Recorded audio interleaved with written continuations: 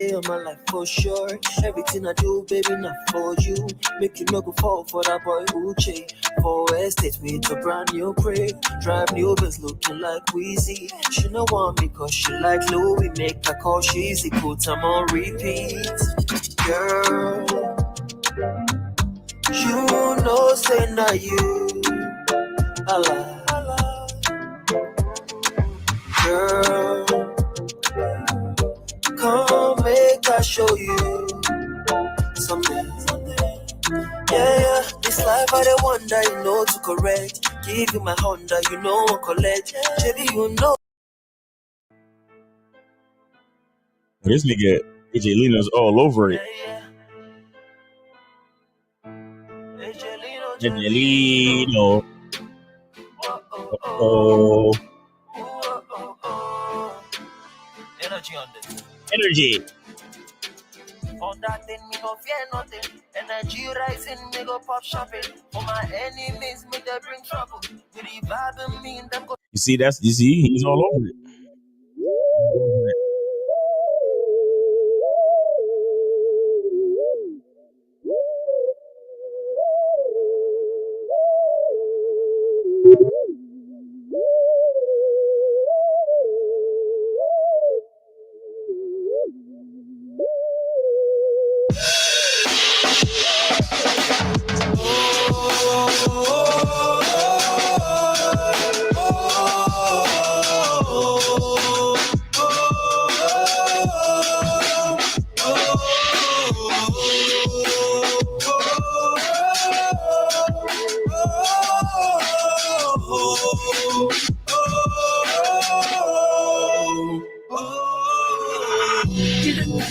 Have a stance, make a move, have a plan.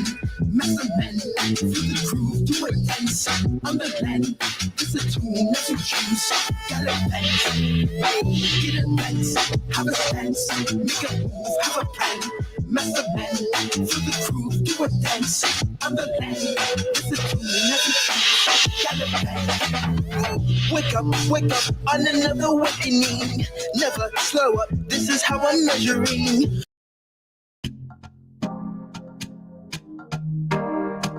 King Down and Angelina.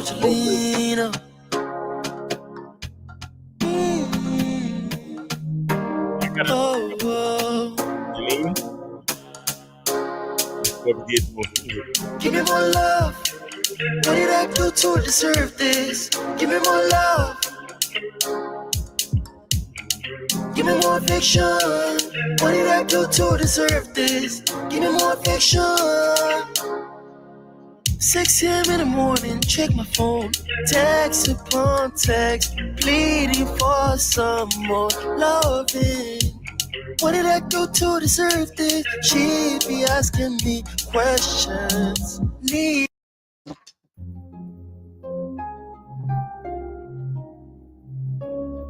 Yeah. Toxic. Fetty in this motherfucker. I keep my feelings away when I'm fucking with these bitches. Don't got time for games, yeah, I'm truly tryna get it. Sex fit, yeah, baby, you know I stay fitted. I get on my own, no, another was never get it. But me, let's not get it twisted. I'm the nigga who existed. On my own, I don't give no fuck, y'all living. Why you talking like you fucking with a kid? I'm a big dog, you know what it is. I been going out, yeah, I'm on my shit. I don't really get no fuck about no bitch, I be basic. Nigga wanna talk it, hell no, I ain't racing. I don't get no fuck, young nigga.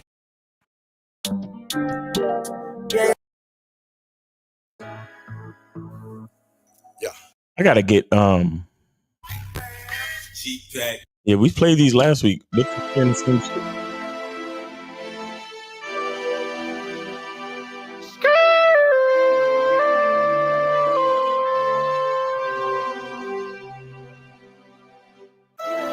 If I got a problem, I'ma handle that. I got soldiers right behind me, better do the math. I'm my own man, nigga, I take my own path. I could never follow Goofy, only dummies crash. Baby, no, I can't love you, I'ma be on trash. I got real ones cross the map, real ones cross the map. All I know is trap, all I know is trap. Cause I'ma stay with a bag, I'ma stay with a bag. Seen a lot of things.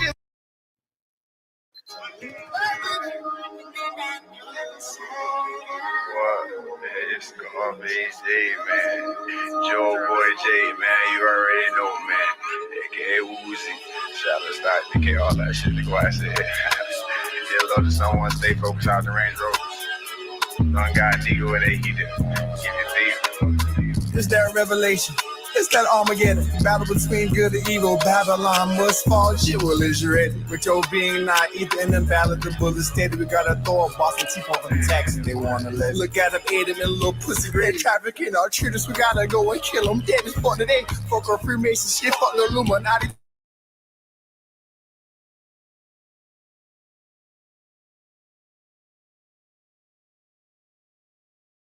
Universal laws. Don't act like you ain't seen that damn portal in the mall. What I say? Scared walking in the graves. Nigga, do not be amazed they been living here. I'm trying to wake y'all last up. Wake y'all last up. Y'all don't listen to me. Y'all gonna blow talking disaster. If they pop it up, I'm shooting shit. No cap fast. Oh, them cooking fucks, they got me hot. No talk, no 38. If you ain't talking freedom or your rights, I don't know what to say. Give me a break.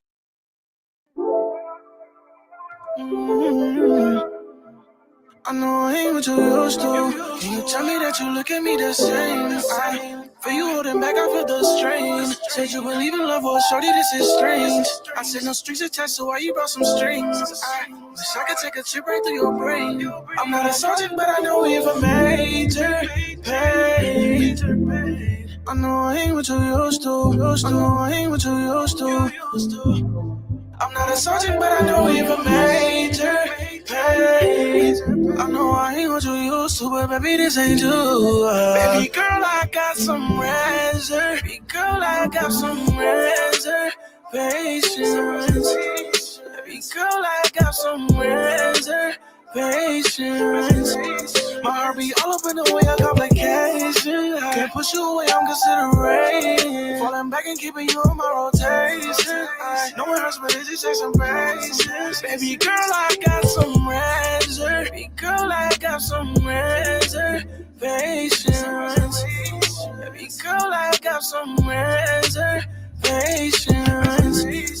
My heart's in the way I can get attached. I said no strings attached, somehow you got attached to me. Like disclosure, baby girl, I got you latched to me. I got you shackled up in my embrace. My love is like a drug, I'm talking the high grade. For you, I put some walls up in a barricade. Wanna build me on skin, I'm talking marinade. Life ain't gave me lemons, I made lemonade. Don't wanna blow up your spot, I don't want.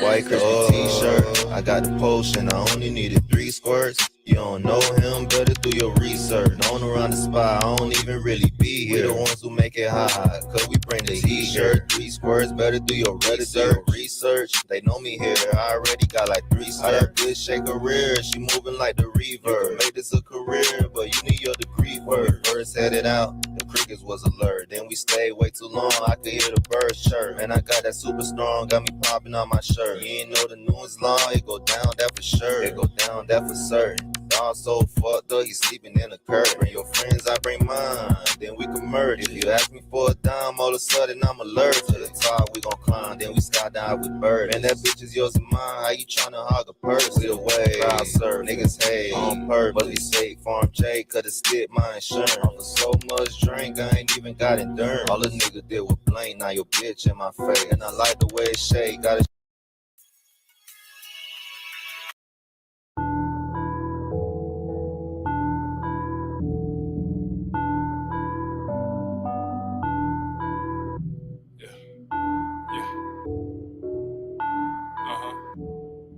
That's the one. Hey, yo, listen. What you thought it was finished? I run the motherfucking office of winners. We all got a printer. The fact of the matter is you all are beginners.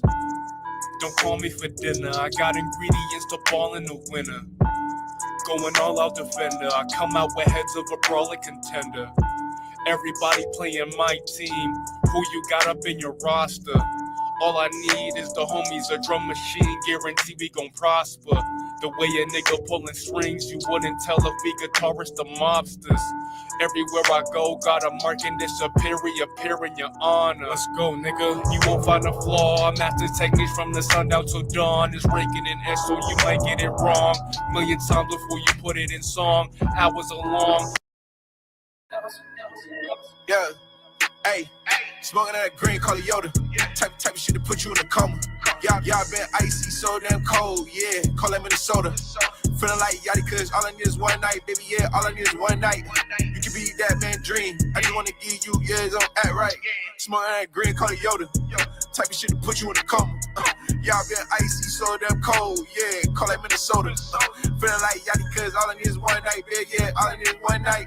Yeah, in the air, been taking trips. First class when I'm taking the flight. I've been ballin', yeah, we straight, we alright. Talking tough, but don't wanna fight. We got sticks, yeah, they tall as the white. John Wick when I know it's on sight. Yeah, been up our business, don't give a fuck if she trippin'. Yeah, I'm all on my pimpin'. Ain't no sippin', got my diamonds yellow like Simpson. Been focused on the million, in the air like Jordan. Nah, they can stop me from scoring. Yeah, she gon' leave you cause you boring. Yeah, she cooking breakfast in the morning. Yeah, I gotta shoot for the stars. Yeah, I'ma aim for the moon. Yeah, I cannot afford with a fraud. Y'all want all of the loot. Smoking that green color Yoda.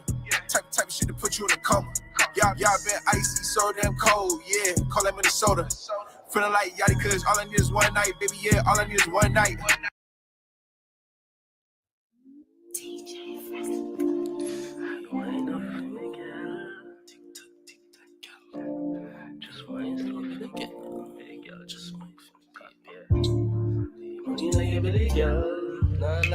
Yeah, me love it soft, pretty light skin. I'ma love me chocolate, girl too. Come wind up for me, girl. Open on your belly, me I stand it up. Yeah, me nah play with your body now. Tight like a pussy, yeah, me love it so. Love how you freaky, love how you bad. Yeah, see you want choke on the cock, come over. Me I give you a couple stop. Come wind up for me. Take time on punks for the body. Girl, just broke off my cock. Love how you deep throat that. You a choke goat, me a slap in your mouth, me a pussy in your face. You a freak. Me a fuck up on the gun, me a put up on your head, girl, me not too care. Take that, girl. Just wine slow for me. Come here, come in your belly. See you want breathe for the done. With a grab in the ear, face don't ass up, me a fuck up on the chair. Yeah, me not play with your body. Girl, you are my smutty. Come wind up for me, girl. Tight little pussy, yeah, me love it so. Yeah, me not play with your body now. Pretty light skin, yeah, me love it so. Tell me see it innocent, but me no see you freak. See you want choke on the dick. See you want give a couple slits. Just can't get enough of you. Think about you in the studio. Just can't get enough. I like to say that a man is the closest thing to God. No matter what's going on, we have to rise consistently every day, and we have to provide consistently every day. We have to serve consistently every day. He has to have a code. He has to have certain things he's going to say and do, and he means it. You know, when I was coming up, if a man said something, that was his word was bond. For some guys, they're invisible to women. In order for them to stop complaining, they just really have to step up their game, meaning they have to step up their strategy. They have to become a more attractive guy. So the reason why so many guys are sexless is because they don't have any game. Weak men need to be purged. And what I mean by that is that there was a time where only the strongest men had valuable things. Anybody that's been out here in the last 10 years, it's easier to get sex than it is to make $100. Basically put yourself in a position and they throwing it to you. So I think, again, weak men have risen up and they have a voice and they spew their shit onto other weak men and they fall for it, and it's this whole victimhood thing.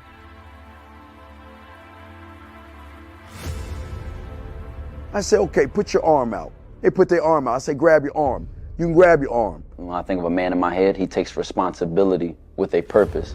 And this responsibility gives him struggle, and through that struggle, he gets strength, and through that strength, he creates structure. Smack your arm. You can smack your arm, pinch your arm. Okay, you're real. Go fucking knock on Fear's door and grab his arm. Whatever he wants out of life, whatever he desires out of life, whatever steps he wants to take to secure what he requires, I think he should be true to that first and foremost. Say what you mean and mean what you say. See, the emotional male will always use emotions to make excuses for the fact he ain't shit.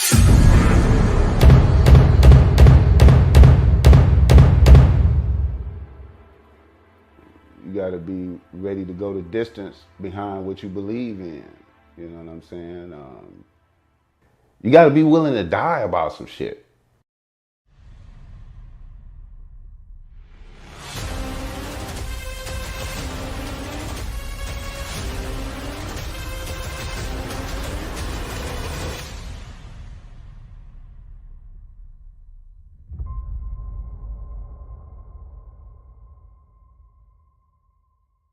Still ain't getting women? Really? Come on, son. You need to go to badboymembership.com and step up your game. What's up, y'all? It's your boy, Mr. Locario, the bad boy of the dating game, and I'm telling you that if you really want to attract beautiful women, you need to go to badboymembership.com. This is where you get 45 through 90-minute step-by-step dating advice tutorials every month. Just sign up, follow the advice, and you'll get the women you want. Go to badboymembership.com. That's badboymembership.com. It's your boy, Mr. Locario, the bad boy of the dating game, and I want to tell you about my documentary, Game Kings, The Definition of Game, starring myself, the Boss Mac Topsoil, Rosebud, Ron Wills, Miles Cunningham, and much more. In this documentary, you're going to learn about confidence, manhood, attracting women, and the definition of the game. To get this documentary, go to MrLocario.com.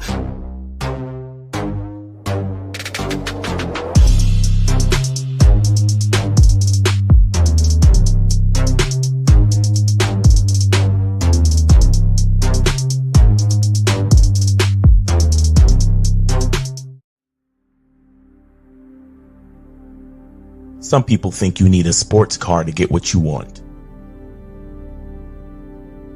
Some people think you need $1 million. Some people think you need looks, status. The only thing you need is what they can't get unless they come straight to you. And that's your identity.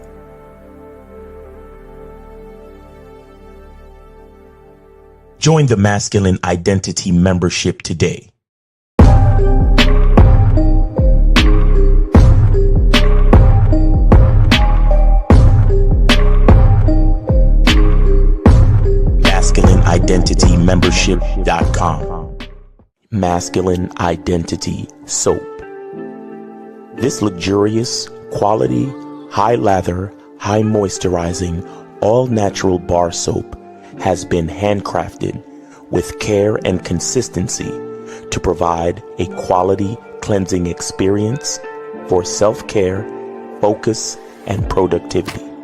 Specially formulated for cold showers. Stay clean, gentlemen. Masculine Identity Soap. Click the links below to get private one-on-one coaching sessions with Mr. Locario or Miles Cunningham to step up your game. These coaching sessions are designed to help you with your specific needs in the dating game. So make sure you click the links below right now so that you can step up your game today.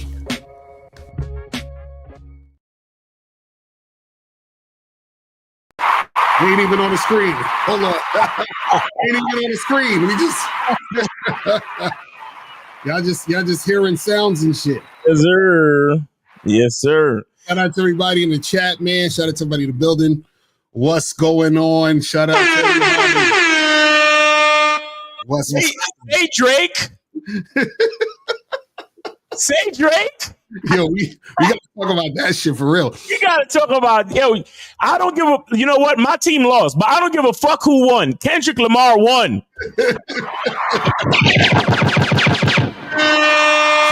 I got some things to say about that shit, but shout out to everybody in the chat, man.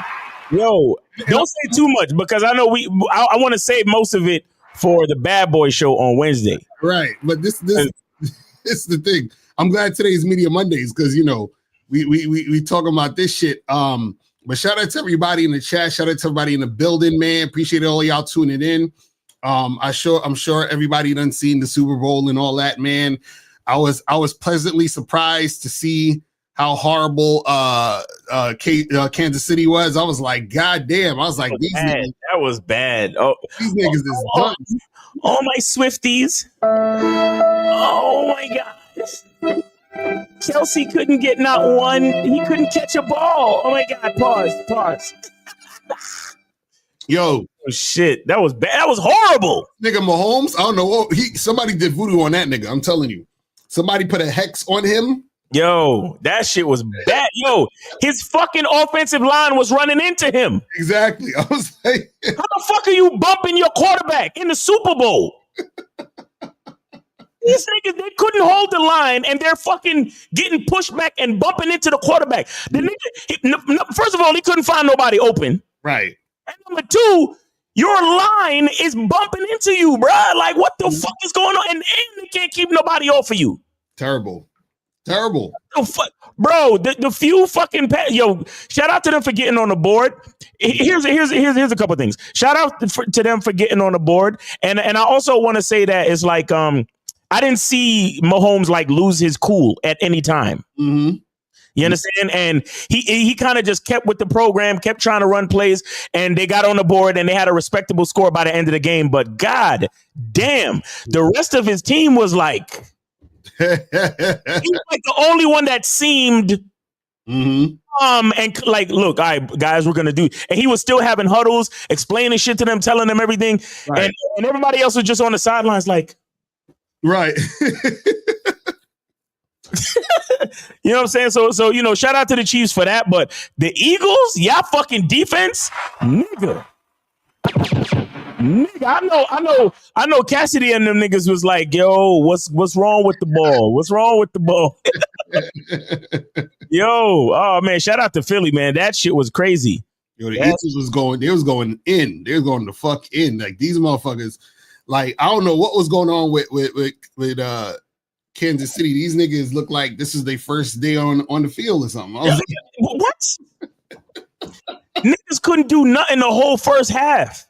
That shit was wild. Bro, I never even seen Mahomes throw a fucking interception in my life. Right. I'm not saying it never happened, but I'm like a casual fan of football. Right. And I've never, like the mistakes that they were making, I've never seen them make. Mm-hmm. Ridiculous, bro. Somebody must have threatened the team, or somebody had somebody's kids tied up or something. It was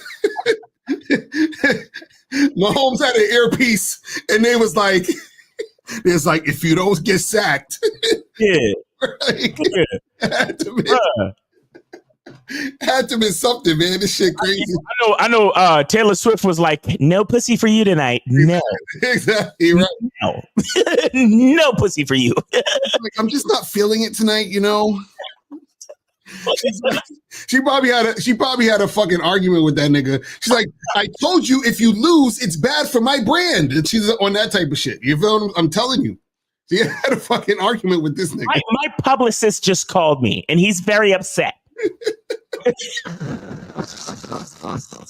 Yo, what the fuck? She's supposed to perform at the Super Bowl next year, right? Oh, word? Oh, that's crazy. No, I'm just saying that. I thought it was because they had like 4 or 5 niggas in the last 5 years. Like, yeah, our black people quota is up. It's time to put some white people on the stage next year. Like we're done with all this. You know what I'm saying? We're done with all this affirmative action, DEI shit. You know, they're going to tell Jay-Z, listen, you got to pick a white artist next year. No more of this nigger shit. No more. Exactly. But speaking of Kendrick's performance, though, this is my opinion on it. It was a great performance for Kendrick. Right? It was a great performance. Yeah. It was a horrible performance for a Super Bowl. That's my opinion on it. You understand what I'm saying? Okay, I can give you that. Yeah. I thought the same thing because the fact that he didn't even have a wardrobe change, I was like, right.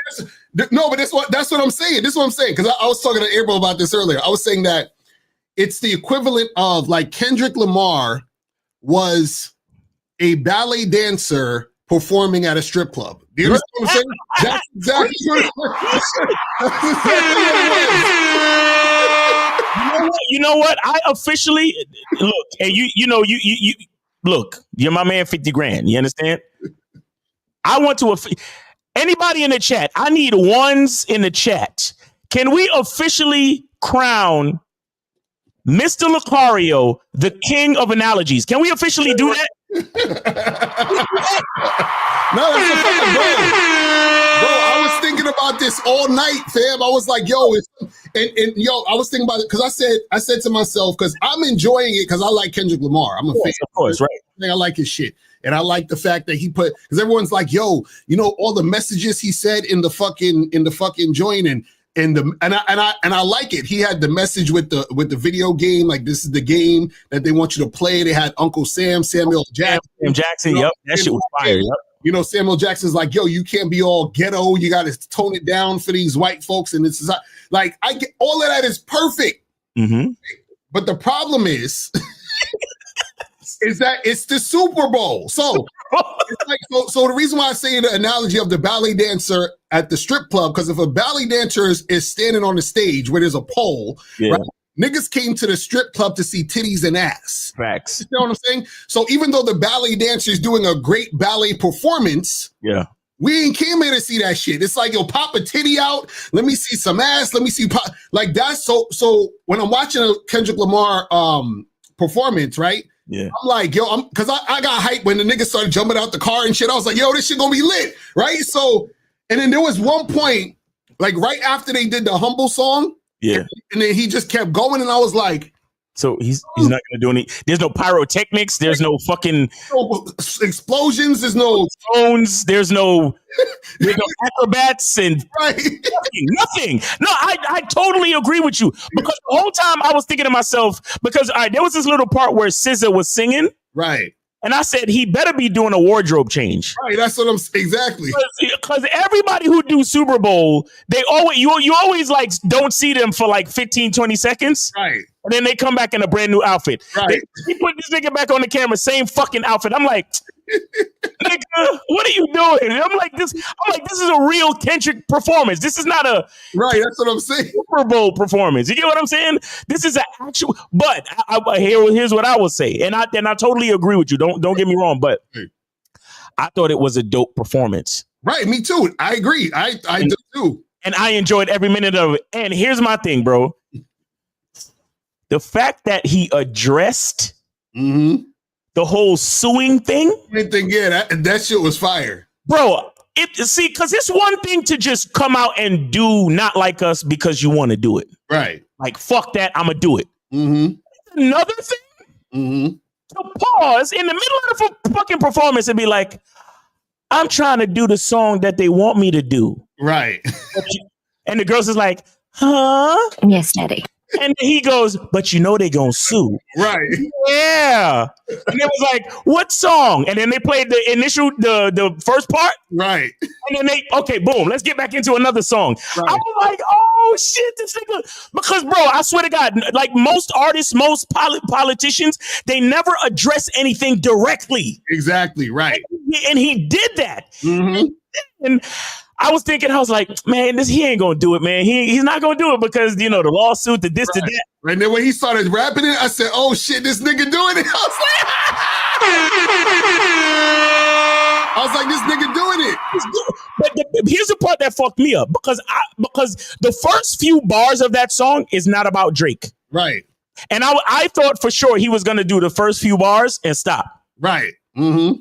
But when he came around the corner and the fucking camera was on him and he was like, hey, Drake, I heard you like him young. I was like, oh. It's like that.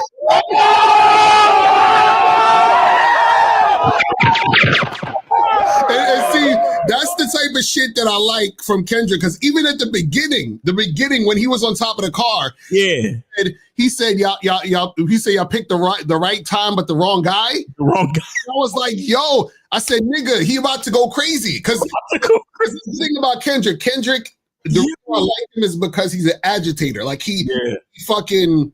You know, like he pushes the line. You understand? He was like, yo, I don't know what's gonna happen now. Like, they gonna sue? Cause bro, we've been doing stories on the Bad Boy Show. And guys, if you want to be a part of the Bad Boy Show, go to patreon.com/Mr. Lucario. You can check out the Bad Boy Show. We record every single Wednesday.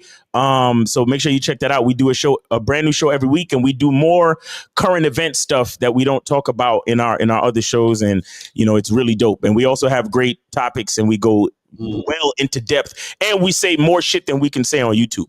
Right. But anyway, so patreon.com/Mr. Lucario. Go check that out. And we're gonna be talking more about this shit this Wednesday as well, right? Because I want to get in deeper about like the different layers of what Kendrick was saying in the shit. I want to get in deeper about the dethroning of Drake, and it's a whole bunch of shit I want to get into. And I'm not going to get into it here. But what we will talk about is what you saw up front. Then, bro, the nigga, the nigga when he and the A minor part, right? And he's wearing the lowercase a the whole fucking time. Because you know what? This is what I think. This is my.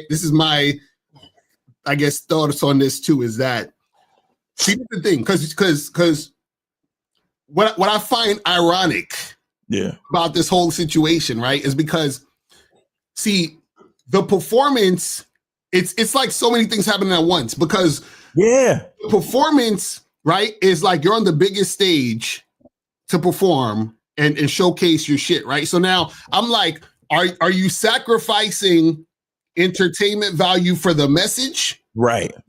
Because the thing is, you can have a message and also be entertaining. Yeah. Are you sacrificing the entertainment value for the message? But the ironic part about this is that it's almost like he knows how to be entertaining because the reason why he's even on the bigger reason why he's on the Super Bowl stage is because of Not Like Us. The reason why Not Like Us has become so big is because he knew he had to make it a commercial catchy song. Yes. You understand what I'm saying? So how do you in one breath make a commercial catchy song that you purposely do, that you know is going to do these things, but then when you're on the stage where you know you're supposed to perform as catchy as that song is, but you don't?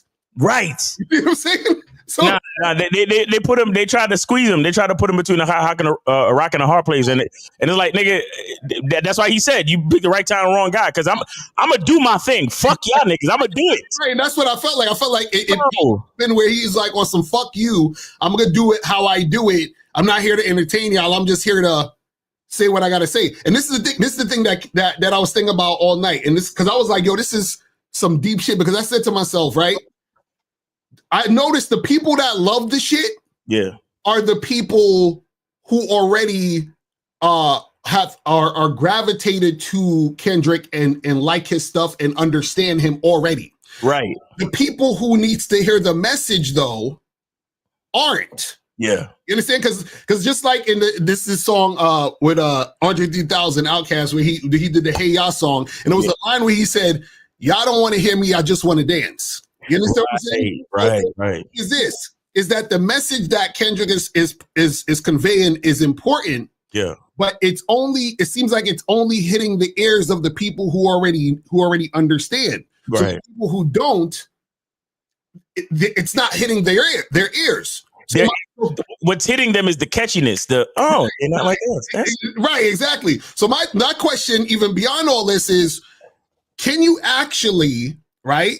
Yeah. Like, or I should say this: can a message be like caught or delivered to somebody who can't get the message? You understand? So then is it futile? It's like, well, why am I even talking to y'all? That's why I've always thought this about Kendrick. And again, I want to get into it more deeply when we get on the Bad Boy Show, but he is a layered artist. Mm-hmm. He never, whatever the fuck you think Kendrick is doing, he's doing at least 8 or 9 other things at the same time. Whatever you think he's doing. That's a fact. Whatever you think he could literally be saying the A, B. He could be like A, B, C, D. And you could be like, is this nigga sitting here saying ABCs to me? Right. No, trust me. He's doing some other shit where he's telling you about literacy, right? He's telling you about the British colonialism, and right. He's explaining language to you. And that's why I can't fuck with Kendrick sometimes. Exactly. I have to be in a mood. I have to be in an intellectual mood to listen to his shit, right? Because I know certain things about myself. I'm also an intellectual, right? So I know the type of media that I can listen to, because I know how deep or how shallow I want to go, depending on what I choose to watch. Exactly. Right. Man. Right. That's a fact. And I know how deep this nigga could go. And I'm looking online and I'm seeing a lot of other people break down his shit. Nigga, a person put some shit on Facebook that had 13 different messages from the fucking performance. Exactly. Right. And I'm like, gee, God damn. And a lot of shit too. Be clear, right? Because a lot of this shit, number one, me personally, I was just excited to see if he was going to do Not Like Us. Right. So, I was holding my breath and I didn't notice the lowercase a until this morning. And that's what I love about the entire thing. Because what I mean is, it's not, at this point, it's not just about the beef. Right. At this point, it's not even just about Drake.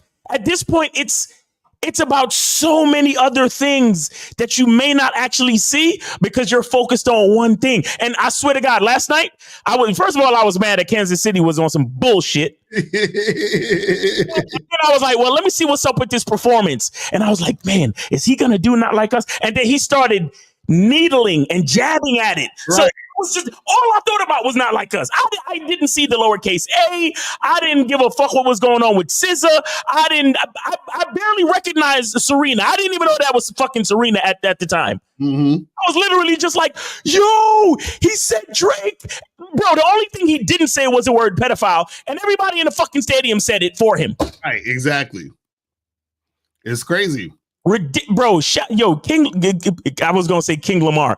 Kendrick Lamar is the winner of the Super Bowl. You hear what I'm telling you? That shit's wild. I'm telling you, it's crazy. It's crazy.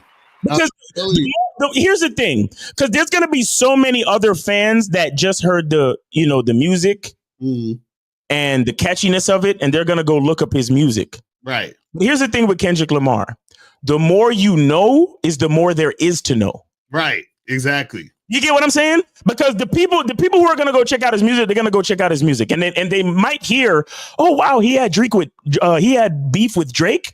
Oh, wow, they did this many songs about each other back and forth. Oh, wow. So that part about him talking about, A minor was a PDF accusation. Oh, wow. And there's so many fucking oh, wow. That girl that was dancing, I think her name is Serena. Wait, she used to date Drake. Oh, my God. Like, let me tell you something. I spoke to one of my loved ones, and they said they was watching the performance and they didn't even realize that the dancers made the American flag. Right. I didn't realize that till after. Bro. That's what I'm saying. See what I'm saying? Fucking Kendrick Lamar. I don't know where he comes from, but it's like he never just writes the sentence, let's go to the park. Right. And even if he writes the sentence, let's go to the park, it's like there's so much subscript. There's like a riddle in that shit. There's so much fucking subscript, and it's like Kendrick is definitely the Riddler of hip-hop. That's what I'm saying, because bro, it's like, because to me, when I thought about it, I was like, I feel like part of this entire thing too is him trolling to get to that point, to get to this situation to make a point. You understand what I'm saying? Because if you think about it, like if you think about it on an even grander scale, because to me, Kendrick Lamar is one of the best, like, lyricists, artists, song makers in the game. Period. But notice he doesn't get any accolades until this beef. You see what I'm saying? Until he's shitting on another black man. Now they want to, you know what I'm saying? No. That's for the Bad Boy Show. That's for the Bad Boy Show, bro. That's for the Bad Boy Show. But at the same time, he's shitting on him because, you know, Drake represents like niggas coming in and being on some bullshit. It's like it's so many layers. I'm telling you, bro. That's what I'm saying. It's so much to it. It's not just what you think. It is not just what you think. And he's also sending a message to America. He's doing a lot right now, bro. Bro, nobody starts out. Who the fuck is gonna start out their fucking Super Bowl performance with Sam Jackson? Right, exactly. Sam Jackson can't even sing. Why would you put Sam Jackson? Come on, son. Bro, check this out. Samuel, he could have chose any famous black man. Samuel Jackson, Uncle Sam. Exactly. Come on. And don't Sam Jackson feel like everybody's uncle that cuss too much. Right. And on top of that, remember, Samuel Jackson is like the black guy of American film. Yes. the highest grossing in history. And not to mention the part he played in Django. Right, exactly. Nigga, it is. I fucking can't stand Kendrick because it's too much to think about, bro. And here's the thing: if you listen to Kendrick Lamar's music and you just yo, that shit was kind of dope. I like the beat. You're a fucking idiot. I'm sorry. You're an idiot. That's what I'm saying. If you listen to Kendrick Lamar's music and all you hear is dope rhymes and a beat, you're a fucking idiot. They be having all them fucking like shorts and memes, right? Where of like how people break down Kendrick Lamar shit. Right. And it sounds funny and ridiculous, but it's true. Right. Niggas, like even the part in the one of the things when the Aubrey shit where he was like, "Aw." Right. Aw. Right. Somebody was like, he keeps saying "aw" because his first name is Aubrey. Yo, that shit is crazy. But bro, I'm telling you, there's it's too much shit. I can't stand Kendrick, bro. I can't stand him. He could be standing there doing something, just scratching his head. Yo, he's right. He said Drake said to Kendrick, "Go get your uncle since he's the man of the house." Yo, I didn't even realize.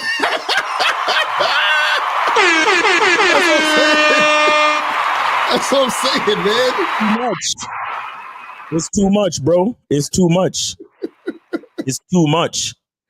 Yo, I'm telling you. His shit is too layered, bro. His shit is too many fucking layers, bro. It's too many. And you know what would be funny is if you had a conversation with Kendrick and all of it was by accident. Right. He's like, I don't even know what you're talking about. All I did was, I just said they're not like us because, I was just trying to say that he's not a rapper like me. Like he ain't on my level. That's all I was trying to say. And everybody just ran with it. That was the shit. Like you spoke to Kendrick and he's like, nah, I was just like those are just the words that came to my mind and I wrote them down. Like that's it. Like but you know what's funny? It's like I saw videos of motherfuckers in the crowd showing the crowd, and the crowd was just like sitting there looking at him like it was nothing. Yeah. Moving, they wasn't jamming, nothing. But that's what I'm saying. That's the problem with Kendrick. Right. That's what I'm saying. I'm like, it's like, it's so funny because, like I said, he's at the strip club ballet dancing. You understand? And so these motherfuckers is like, yo, where's the fireworks? Where's the acrobats? Where's the spaceships? The UFOs? Where's the right? People did get hyped when he started to do Not Like Us. Not Like Us. I mean, of course, everything calmed down when he did the love song part with SZA because of course you're gonna calm down at that part. But everybody was rocking at the Not Like Us part, right? And that's the thing. And again, it's like it's the funniest shit to me because it's like it reminds me of when Denzel Washington won. What do you want, an Oscar or something for what's the name of the movie? Training Day. Training Day, yeah. Right. It's like, bro. It's like, again, it's one of those things where Denzel is such a great actor, and then now you make him win for this. Yeah. So it's like Kendrick Lamar is such an amazing artist, but he's here for this. Right. You see what I'm saying? But then I feel like he uses it to send the message of, you see what I'm saying? That's why, you see what I mean? So he's like, fuck it, I'm gonna use this platform to actually push the fucking message out that needs to be pushed. So shout out to him, man. That's some shit. You know what I'm saying? That's some shit. But it really got me thinking about the whole thing of like, yo, like, you know, like, can you even give a message to those who aren't ready to receive it? Like, is that, I feel like it's impossible. You feel what I'm saying? Right. That's why you got to be layered like this. It's like, bro, this shit crazy. Because here's the thing. Here's the thing, man. You know, they talk about like that Eminem song, If You Had One Chance. Right. Mm-hmm. You know, but look, it's like Kendrick is using I think in my opinion, he's like using the mechanism of the double, triple, quadruple entendre to do his best to say, like, if not everything, he's trying to say a bunch of things. Right. All at once at the same time. Right. Mm-hmm. If he's gonna get the dumb people, he's gonna get the next level, and then he's gonna get the geniuses too. Right. Mm-hmm. He's gonna get all the people he's trying to get at the level that they're at. At the level that they're at, exactly. That's the beauty of what Kendrick Lamar is doing. And I think ultimately, that's what he's trying to say as to why he needs to be the top nigga and not Drake. Right, exactly. Because Drake is a great songwriter, but I don't hear nobody breaking shit down. Because Drake will say some slick shit, and you get maybe 1, 2, maybe 3 entendres sometimes. But that's it. But see that's the thing though. That's the thing, is that none of this is possible without Drake. That's true. You see what I'm saying? It's like that's what we talk about where shit is connected. Because you think about this, right? Drake is popular, right? What's popular is popular because of these elements or these things, right? Right. Kendrick had to make a pop sounding song in order to get the attention to get him on the popular stage. And then people was like, oh, well, your performance is mid. Why? Because you're not doing the popular type of performance. You see what I'm saying? So it's one of those things where it's like, you know, and he even said it in the thing, like, hey, you know, you can't be all ghetto. You got to do it this way. You feel Yeah. Samuel Jackson was talking that shit. That's the thing. That's the thing about this. Even with YouTube, like, this is why people clickbait on YouTube. Yeah. Oh, you know, do a stupid ass title so somebody will click on it, or why people get into beef on YouTube, or why people talk shit because they're like, oh, this is what the people are gonna come and see and click on. And because trust me, all them white people that was on there, you know, most of them came to see Kendrick Lamar do not like us. They didn't give a fuck about none of that other shit. None of that other shit. Matter of fact, half of them didn't even probably know who he was until he started doing that. It was like, oh, he's that guy. That's probably who. hey, dear, he's a not like us guy. Right, exactly. Not like us. They're not like us. Wow, this is awesome. Hey, look, I'm just playing. I love my white people. I'm just playing. But y'all know how some of y'all be. Right. No, but did you shout out to anybody who follows Desi Banks? He kind of did what we're doing right now. He kind of did that shit. Right. He was, while Kendrick was performing, he was standing there explaining the beef to this white dude. And he was doing it in the worst fucking Southern accent too. Right. And the white dude was like kind of acting like he was listening but not understanding. Mm-hmm. Right. It was so fucking funny. It was so, he was like, yeah, you know what I'm saying? Cause Kendrick, you know what I mean? He would do it to that and them that. Yeah, nah, I mean, and the white dude was like, it's so funny. Go hit up Desi Banks on Instagram, but that shit was funny as fuck, man. Oh, that shit crazy. But yeah, man, shout out to the Super Bowl, man. It was a good evening. Facts. It was a good evening, man. That was a very unpredictable evening. That was, I guess, facts. Like, nothing went according to plan. Nothing. Because I was like, there's no way, with all of this legal shit, there's no way he's gonna do nothing like us. And He did it hard. Like that shit happened. Fucking Kansas City was playing like scrubs. Like I was like, this is crazy. I was like, this gotta be a whole, I'm in a whole nother dimension. This ain't really. I'm like, this is Earth 2. I don't know what's going on. Oh man. But anyway, but shout out to that. And guys, today's Media Monday. So again, if you guys have your stuff, man, send it in. $50 or more to promote your stuff. $5 or more to send a question or to call and ask a question. And if you have, we have a new thing now, $10 if you want to tell us a story. So that's the thing. So y'all be calling up telling us long ass stories. So if you want to call up and tell us a long ass story, you got to donate $10 or more. And if you have a question, put a Q in the chat. Like that. $10 story. Right. Because, niggas like, yo, so what happened was yesterday I was with this chick and then what happened? Like, if you have a long ass story, you got to donate 10. You feel me? Right. So today's topic is men with game know how to keep women around. You feel what I'm saying?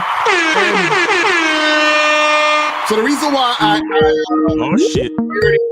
Like, call, let's get that first. Right, so we got 617-617. You are on live with Lakari and Miles. Name A City. What's up?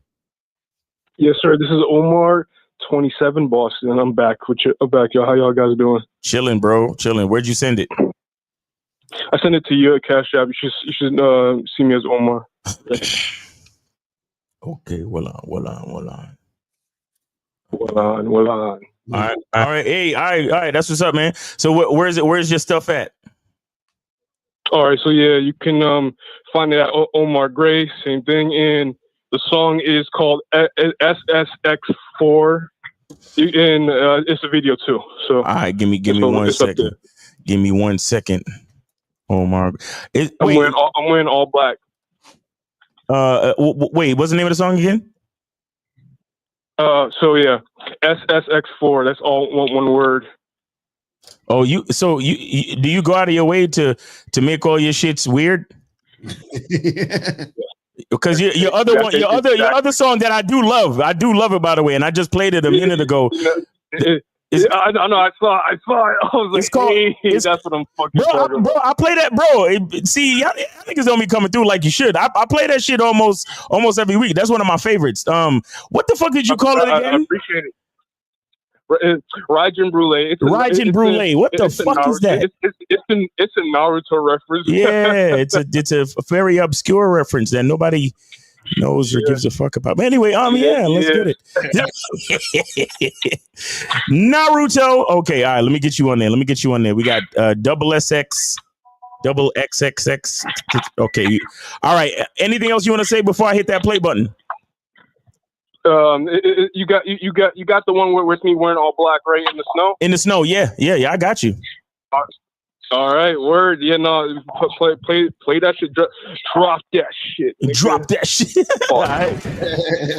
We got your man Omar Gray of Creme Brulee fame, or Rajin Brulee, with his new joint SXX4. Let's go.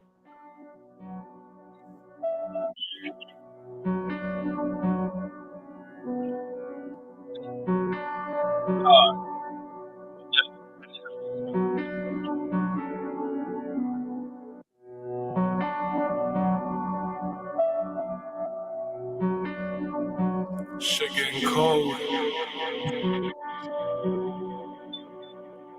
but I get colder. Yeah, shit is getting cold. I might have evidently froze. I'm breaking out the ice so effortlessly, you cannot even feel your toes. Snowball effect is how it goes. I'll be that nigga that she chose. We causing avalanches here. Stop it.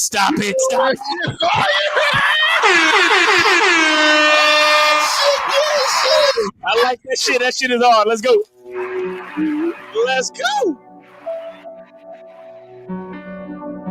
Shit getting cold. I'm colder, nigga. But I get colder. Yeah, Yeah, shit is getting cold. I might have evidently froze. I'm breaking out the ice so effortlessly, you cannot even feel your toes. Snowball effect is how it goes. I be that nigga that she chose. We causing avalanches here, nigga. Fuck up the way you see me roll.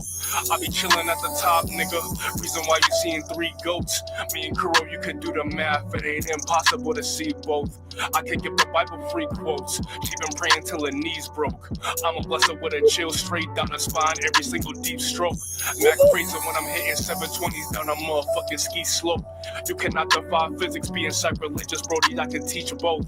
I don't do the same trick. Silly rabbit probably thought I hit a cheat code. Past niggas on a steep road. My power up is never free, bro. Ice pick flow, how does he stick to it? Every landed nigga, how is he sticking it? He ain't preaching when he do it. Leviticus, he don't know if God probably forgiving this, but he know what the mission is, so I don't really gotta tell him. See the throne got ice on it, they ain't have a key, so I bell him. Fuck 5 minutes on the clock, Brody B gon' take it to the top. 10-0 run in the last 2 minutes, ball until I drop. 3 more, don't let him get a stop. We in motion, I could never flop. It's higher altitudes when you climb and you wanna ski lift to the top. Fuck 5 minutes on the clock, Brody B gon' take it to the top. 10-0 run in the last 2 minutes, ball until I drop. 3 more, don't let him get a stop. We in motion, I could never flop. It's higher altitudes when you climb and you wanna ski lift to the top. I ain't at my peak, a tricky nigga, you ain't at my reach. It's really show and tell when it comes to the board, the subject finesse I teach. Bless I be, the iron ain't only for clothes, Brody, I finesse my crease, but I never fold under fucking pressure. Really is a pleasure whenever I speak. Captivating, command your attention like a nigga magistrating. I'm glad you hating. When you were planning, everybody gravitating. And I ain't finished, I'm becoming a star. I'm a ladder than you niggas Jafar. So drippy nigga flew on the carpet with a jasmine blacker than tar. Got that water with me and I'm like a glacier moving toward the city. When I make a change, it's environmental. Got a fire metal that can forge the city. Got a quarter with me, but I'm calling tails like an underdog. Catch me with that fucking tea and trees, I'll be in the clouds like a London fog. A new course every day as you grinding on. Flare gun, I be shining, bro. Jacob and Cohen, the only niggas on another different type of timing, no. Shorty, that's another type of glow.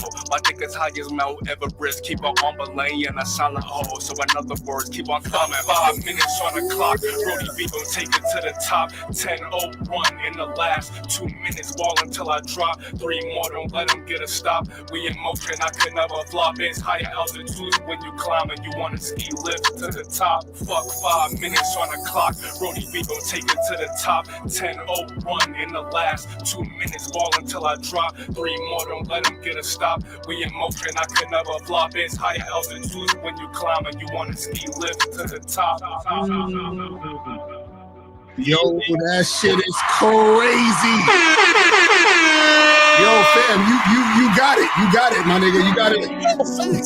Yo. Nigga, you need to put out a mixtape album. Your shit need to be. Oh yeah, no, and that's the thing. There's already an EP with that joint on there. Yep. Oh, that's high altitude. Everybody check that shit out. Yo, listen, Appreciate man. y'all, I'm gonna hit this like, man. I'm gonna hit this like. Then I'm gonna go put this on the. Hold on, I gotta move this up. Fucking website shit. Hold on, I gotta put save. Yeah, we're gonna save it. Media Monday playlist. There we go. Listen, bruh. I'm definitely rocking this shit next week on the beginning. Bro, where you get that flow from, bro? Cause that shit, not really a flow that you hear everywhere, bro. Yeah, you know what? Like, that's the thing. I've been rapping for like so long, a long time. You know, it takes a lot of time to really refine yourself and just be to really leave a certain mark. You know what I'm saying? Because it's real easy to sound like everybody else. Yeah. Like, I'm pretty sure you guys know how that shit can be. Yes, sir. Yes, sir. You know what I mean? No. Hey, look, defining yourself is what I'm all about. Masculine identity all day, nigga. You feel me? Real talk. on two. I forgot to mention this last time I was up here, right? Yeah. I produced those beats, like the one from Rising Berlin and this one. And Everything else tight. I produced those beats, yeah. Tight. Oh, and shout out to your man, Like- Chairman Chow. His visuals is still super on point. I love the shot. Like, you see that joint where you're framed by the tree branches? This shit is hot. Right. That shit right there, that shit is fucking fire. A lot of that shit right there, this is called natural framing. That's what this is called. That shit's awesome. Oh, yeah. And all the other shots is crazy. All the other shots is crazy. And the way y'all caught the the way he did the coloring and made sure he got the texture of the snow in there and everything. Perfect, man. Oh yeah. But bro, the flow. Man, I can't. It's gonna be a long year. I can't wait to go get really. I should be getting to work on like the next joint that I got coming up. But right. Other than that, like I definitely had to come through on some shit with this one. Right. Yeah, nah, it's fire, bro. Yeah, keep doing your shit. This shit's crazy. Yeah, keep doing your thing, bro. Your flow is unique, bro. Like I don't know nobody else with a like that. Shit, fire, bro. But you know, Drake gonna steal it next album. Let me see. Because I think I played it. Yeah, I played it today. Right. That Raging Brulee shit. Yeah. Yeah. Oh yeah. Yeah. Let me see. I saw it. I was like, oh shit. Yeah, this shit right here. God. I'm just playing it for those that ain't make the connection. This is you too. Omar Gray. Remember that name, niggas? Omar Gray, nigga. He got the fucking 2 acres. About to blow up on this shit. Yes, sir. This shit right here. Woo. Listen to the flow, man. What you thought it was finished? I run the motherfucking office of winners. We all got a printer. The fact of the matter is you all are beginners. Don't call me for dinner. I got ingredients to ball in the winter. That's it, nigga. That shit fire. Go fuck with him, Omar Gray. Go fuck with him, man. Don't wait till a nigga blow and then you start getting on the bandwagon. Get on the bandwagon now, bro. Exactly. On the bandwagon now, man. Omar Gray, man. Raging Brulee with the new joint SXX4. Yeah, but look, what I need to look.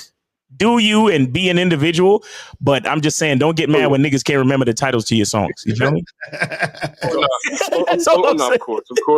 Because and I do take this one is inspired by a snowboarding game back in the day, SSX 3. You know what I'm saying? Like it was back in the PS2 era. Of that, so that's where I got. See, so this. No. Those who know. That's what I'm saying. That's why he's in the snow. Doing the visuals. Exactly. That's what I'm saying. See, listen. That's what I'm saying. It's like people got to catch up to the knowledge, bro. I'm telling you. But what I want to say to you, Omar, with that being said, make sure you know your audience and know how to reach them. Right, exactly. Do you understand what I'm saying? So like if you running ads on Instagram, for example, make sure you fuck with people that find out what console. I mean, of course, but if that console was on PS1, PS2, make sure PS1 and PS2 is in your demographic attributes for running the ads or whatever. You get what I'm saying? Right. Okay. You may want to perform these songs for anime motherfuckers. Like you may want to get a spot doing a show at a Comic-Con or something. All I'm saying is if you are going to keep your branding and your referencing obscure, make sure you're speaking directly to your audience. Mm-hmm. Do you understand what I'm saying to you? Yeah. Don't just go out of your way to be different. If you're gonna be different, find the people that are different like you. Right. Mm-hmm. Don't just be unique just for the sake of being unique. No, make sure you're speaking directly to those niggas who are unique, just like you. So you can make sure that you reach the audience, because you're going a brother like you're gonna have people who gonna discover you years later and be like, damn, why I didn't find this guy earlier? You see what I'm saying? So you want to try to, don't just be unique for the sake of being unique. Remember, you are also an artist. You are also a business. You understand? So not to say that you want to sell out, but I'm saying make sure you're speaking to the people that you're talking to. So if you're like, oh yeah, well I named this was inspired by a video game, a snowboarding video game, then nigga, you need to start talking to people who snowboard and play video games. Right. You see what I'm saying? Yes, sir. And you definitely need to talk to niggas who do anime, because I hear anime all up and through your lyrics and shit. That's a fact. I'm saying, so you definitely need to fuck with those guys. And that's the crazy, because my boy did an AMV. It's like an anime music video where they take a song and put it towards, not put it towards, but they get all footages from like all different types of anime, and like that's actually been like I ain't gonna say it's a lost art, but that's just been something that's been missing for a while. And it's so crazy that he went and consulted that, and like it just brought a whole entire feeling back. Right. So that's something I'm gonna plan to do for one of my tracks. Bro, here's what I would tell you to do. Here's what I would tell you to do, bro. Here's what I would tell you to do. Start purposely lacing your lyrics or your song construction with a lot of anime references. If it makes sense to you. And then with that being said, find one of these animators who probably use an AI, who use like AI video production, and figure out a way to complement that with your homeboy Chow, and then use the visuals from the AI animated, anime shit, and put that in with the visuals. Right. Because a lot of these things. That's definitely been the plan too. Like they're definitely infusing it, because I still want one child to go get the visuals of get my visuals for a said track. Yeah, exactly. Yeah, because remember, a lot of the things that was tough to get to is much easier these days. It's much easier. Those AI platforms where all you got to do is type in a description and it makes a 15-second video of what you said. Bro, don't think that shit. Matter of fact, you don't even need to go to a guy. If you find the right AI platform, I mean, some of them cost a little bit of money, or you can be a member for a certain amount of time, pay a couple $100, whatever it is. Talk to your man Chow.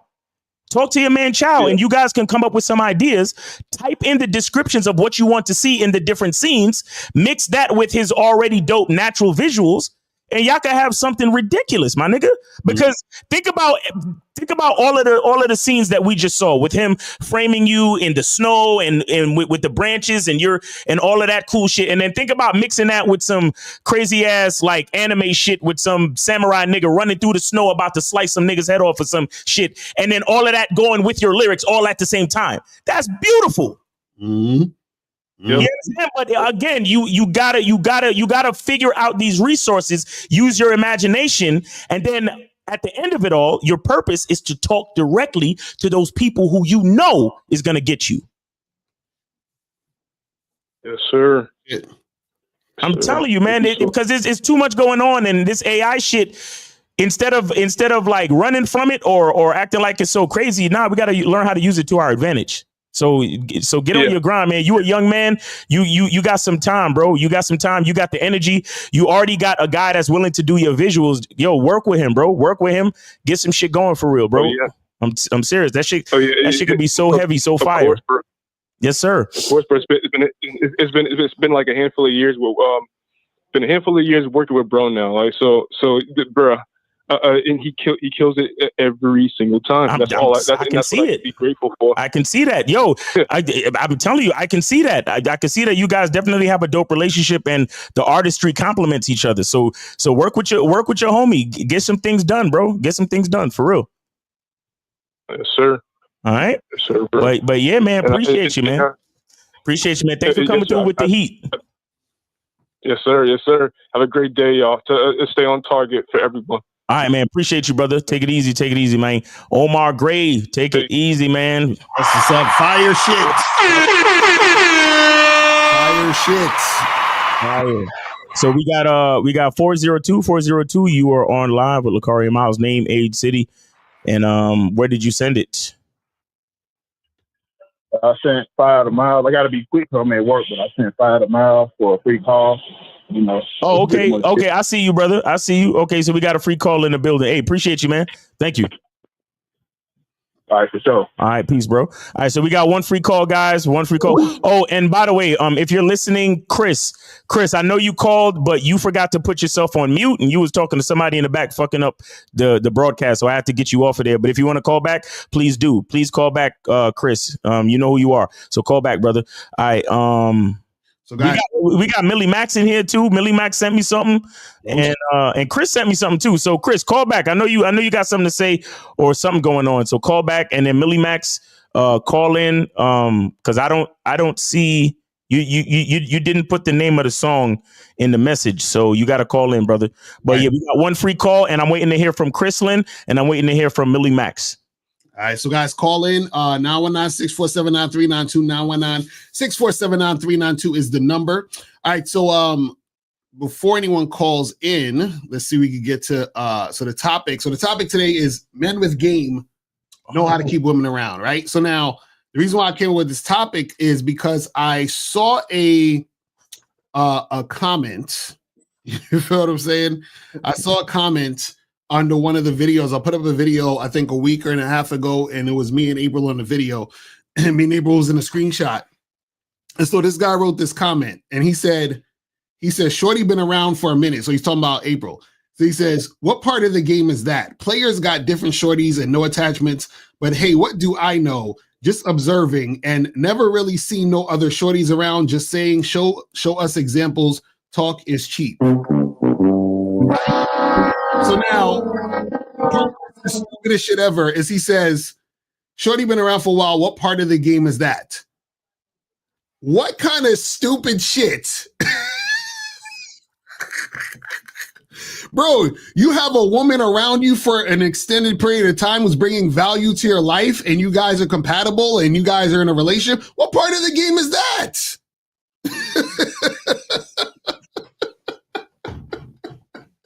Yo,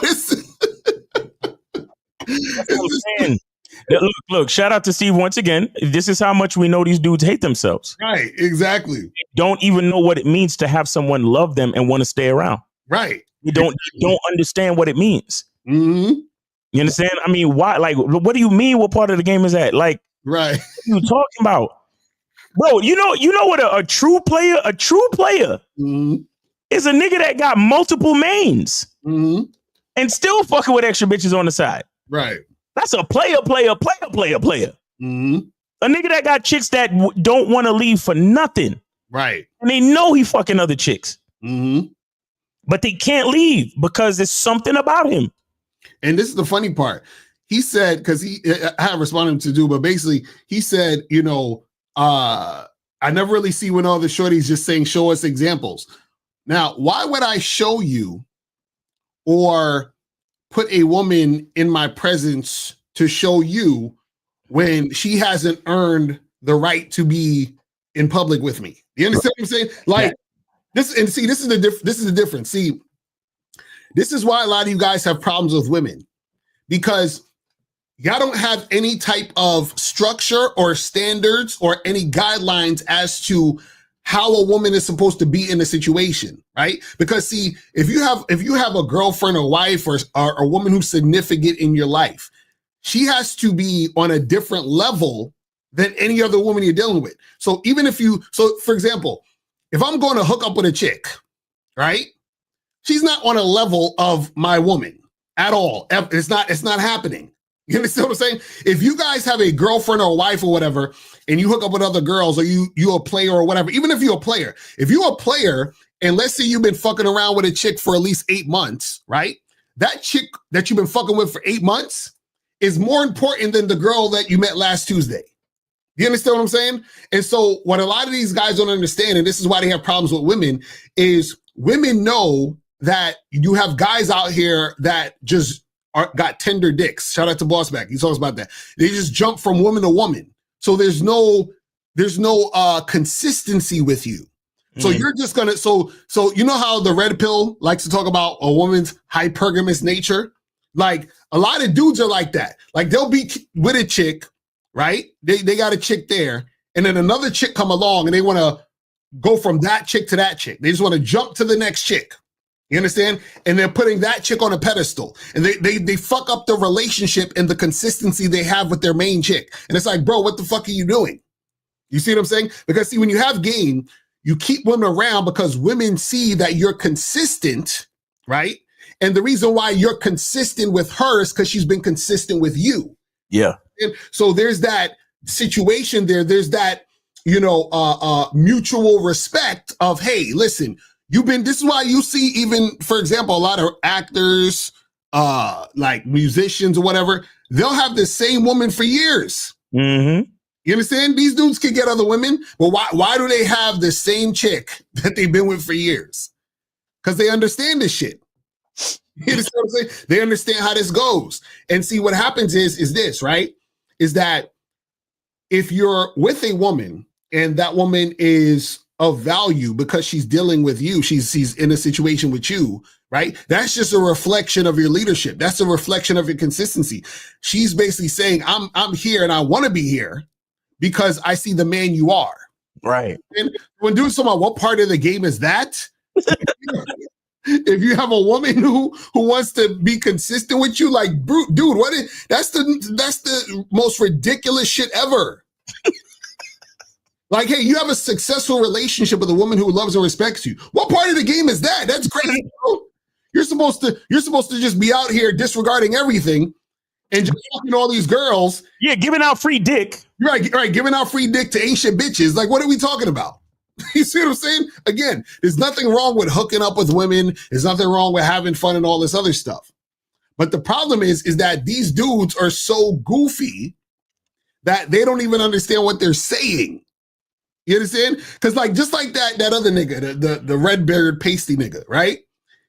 This nigga was talking about, oh, look at all these girls I'm dealing with in Brazil or whatever. But when I asked him, so when's the longest you had a girl? Do you have a girlfriend now? Do you have any girl that's no? Well, no, I don't have. You understand? So where's the woman at? You got all this game. Where's the woman that actually wants to stick with you? Right.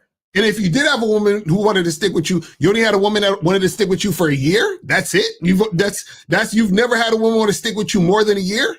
Right. See what I'm saying? So a lot of these dudes, unfortunately, what happens is that they don't have enough game for women to even desire to be with them long term. But what's your thoughts on this, man? Because this is crazy. Well, so what this tells me is, it is a large part of the population of men who they think they hate women. Mm-hmm. And the reason why they think they hate women is because the hate that they think they have for women is actually okay. All right, let me pull it back for a second. If we understand what game is, right? We say the game is not about women. Mm.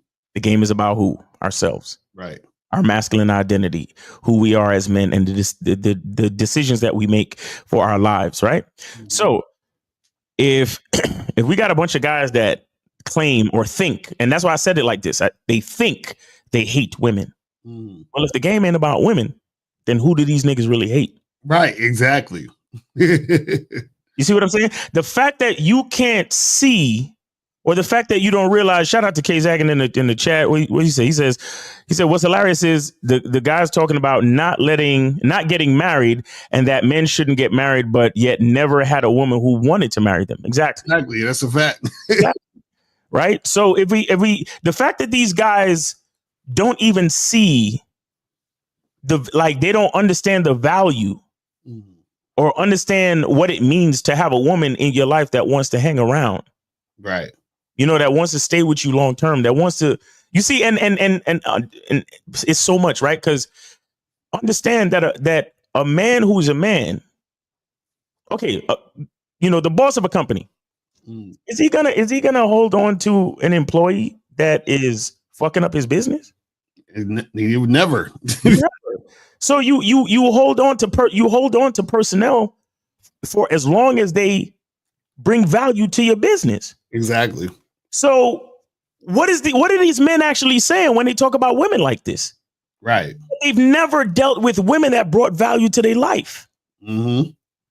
And here's the thing: how could a woman bring value to your life if you don't know the value of yourself? Right. You don't know the value of your life. If you can't articulate to a woman, hey, look, this is my vision, this is my plan, this is my purpose, this is my direction. Mm-hmm. Like, I swear to God, these guys, again, your language exposes you. The reason why your language exposes you guys is because what you don't realize is that the things that you think that you're saying about others it reveals what's going on inside of you. Right. That's why when we come on our shows, don't you think we could get on here and name names and just talk about niggas we don't like? Right. Exactly. And hate on niggas and like when I say shit, I say them niggas down the street or them niggas on the other side of YouTube. And that's why I don't name names personally. Because it's not about them. Right. It's always about the idea. It's always about the game. It's always about the philosophy. It's always about the knowledge, the wisdom. So I have no reason to hate none of these niggas. Right. I remember I went to the shout out to Donovan Sharp. We went to the CME. And somebody, again, I don't have to name names, but somebody who I supposedly had beef with came up to me and was like, hey man, I just wanted to, let you know that ain't no beef between us. I'm cool with. And I was like, nigga, I've been cool. I don't even know what you're talking about. Right. Exactly. Like the nigga had to explain it to me. Right. I shook his hand and everything was all good. But what I'm saying is the nigga had to explain it to me that we had beef or that he had said something in one of his videos about me and this. Right. I shook that nigga's hand. I was like, brother, you ain't got nothing to worry about because that's how much I don't worry about no other motherfucker. Exactly. I'm focused on me because I know the value of me. Right. And because I know the value of me, I'm very careful not to let any negativity from the outside fuck with that. Right. And because I have that type of careful responsibility about me and my life and the value that I hold, guess what? Right. There's a woman that recognizes that too. So she gonna stick around. Right. She's gonna look at me and be like, yo, this nigga, he's consistent, he's valuable, he's very careful, responsible, moving in a certain direction. And he has a vision and I can see his vision. Why the fuck wouldn't she stick around? Right. But you over here asking what part of the game is that? Because you know nothing about the game. Better said, you know nothing about yourself. Exactly. That's the whole shit we've been trying to tell y'all niggas the whole time. The game ain't about women. Because you think the chick is sticking around because I'm begging her to stay. Right. Exactly. She's sticking around because she knows the value of her position. Right. What are we talking about? What part of the game is that? Nigga, what part of the game is that where you can blow through hundreds of bitches and not one of them want to stick around? Right. What part of the game is it where you running around your whole city giving out free dick? And not one woman is like, yo, can I see you again next week? Right. Exactly. That's what I'm saying. What part of the game is that? Yeah, bro, y'all niggas be missing so much. Right. But this is why we're here. This is exactly why we're here. Because it's not the type of thing that you're just going to listen to one show and understand it right away. Right. Because a lot of you, trust me, I know your dick is talking louder than we ever could. Right. You know what I'm saying? Because your dick don't know. Your dick wants to be given out freely. Right. Exactly. Your dick don't give a fuck. Your dick is like, nigga, right. I can get up in as many as I can. I don't care.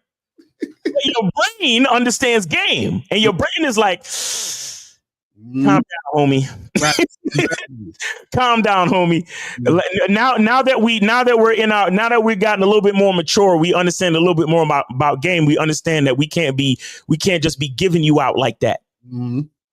You understand? Like you know, some women are gonna have the privilege of sampling it, but we can't just give it away, because remember, whenever you're giving away dick, you're also giving away time. Mm-hmm. Because, you know, giving dick is not like you pause time, have sex, and then get back to your life. When you giving dick, there's time involved too. There's time, energy, all that shit involved. And you're basically giving value. And value. So the thing you got to look at it is that every time when you give a woman dick, you got to say, what did she do to deserve this? Like, what is she giving me for this? You understand what I'm saying? And this is what you got to understand, is that, you know, it's not as simple as just, oh, well, she's giving me pussy. Because every chick got a pussy. Every chick. Right? So the thing, and this is the thing, a lot of you guys, what happens is that y'all, because you don't have a standard or a program, have nothing for the woman to filter. You have nothing to filter her through for her to even get to the dick. Like, exactly. There should be a filter. There should be something a woman has to do to get there. Does that make sense? What happens is, this is what a lot of you guys do. A lot of guys out there, this is what they do. They're like, I want her pussy. I'm going to give her money. I'm going to buy her things. I'm going to talk to her on the phone all day. I'm going to give her all this attention. And then hopefully she will give me the pussy I so desire. Right. So you're basically chasing, tricking and simping for the pussy. Hey, bro, you're a pussy beggar. Right. So you're doing all this to get the pussy. So you think that your dick has no value and you have no value, and you're just hoping, if I praise this woman enough, she'll bless me with vagina. That's the mentality of most guys, right? What we're telling you is that when you have a program and you have a standard of in a way that you do things, what happens is that you can see a girl that you think is attractive and say, oh, I would have sex with her, but she's not getting the dick unless she goes through these things. You understand what I'm saying? So it's almost like to a certain extent, think of you and your dick as two different things. Okay? So you're saying to yourself, oh yeah, I would fuck her. But then you say to her, listen, I want you to fuck this. I want you to suck this dick, but you can't suck it unless you do these things. Facts. You understand? So if she doesn't do these things, then she can't suck the dick. You understand what I'm saying? But the thing is that you guys don't think about it that way. You guys think about it of, oh, well, man, like, you know, here's just this dick, just take it. You understand? I just want you to take it no matter what. And it's like, no, that's not how this shit goes. And this is why you guys get into a lot of situations, troubles, and issues, because you don't value yourself to get to the point where you're saying, well, she has to do something to get here. You understand what I'm saying? Exactly. Shout out to Boss Mac. Dick is a gift. That's a fact. You know what I'm saying? Real talk. And that's so like, for example, bless that bitch. For example, if you're saying, you know, okay, we talk about cooperation, right? Yeah.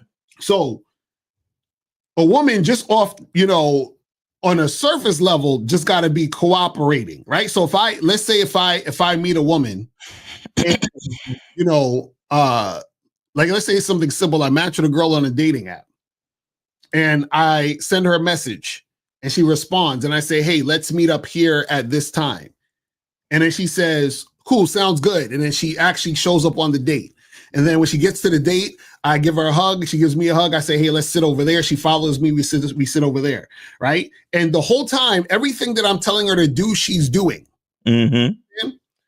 Because she's cooperating and she's being consistent with her cooperation, right? Then she's on the path to getting the dick. Then, on the flip side, let's say I meet another girl off a dating app, and I say, hey, let's meet here for drinks. And she says, well, actually, no, I'd rather us meet at this dinner place. She's not getting no dick. At the bare minimum, she should be cooperating. So she hasn't went through the fucking program, which is you got to cooperate in order to get the dick. So it doesn't matter how good she looks. You understand what I'm saying? The fact is she didn't do the thing. She hasn't earned the dick. You understand what I'm saying? And so that's the thing that you guys got to understand. And this is why a lot of guys don't have relationships and situations that's beneficial to them. Because the thing is this, if you're able to have a long-term situation with a woman who loves and respects you, the reason why that happens is that because that situation is a direct reflection of her adhering to your program. Right. So these dudes talking about, oh, well, where's these other girls, show, and this is the part that killed me right here. This is the part that killed me right here. And he said, just saying, show us examples, talk is cheap. And this goes with the whole nonsense that you guys got to understand. Who the fuck are you where I need to show you anything? Right. like guys, this is what you guys got to understand, because I hear this all the time. You're like, well, Lucario, you should be showing receipts. Or even the Redbird guy, he was like, oh, I'm financially incentivized to show this and that and all this other stupid shit. Guess what? Check this out. This is what you guys got to understand, right? If you don't have game, right? And this is going to sound crazy, but understand where I'm coming from. We are the guys who are teaching the game, right?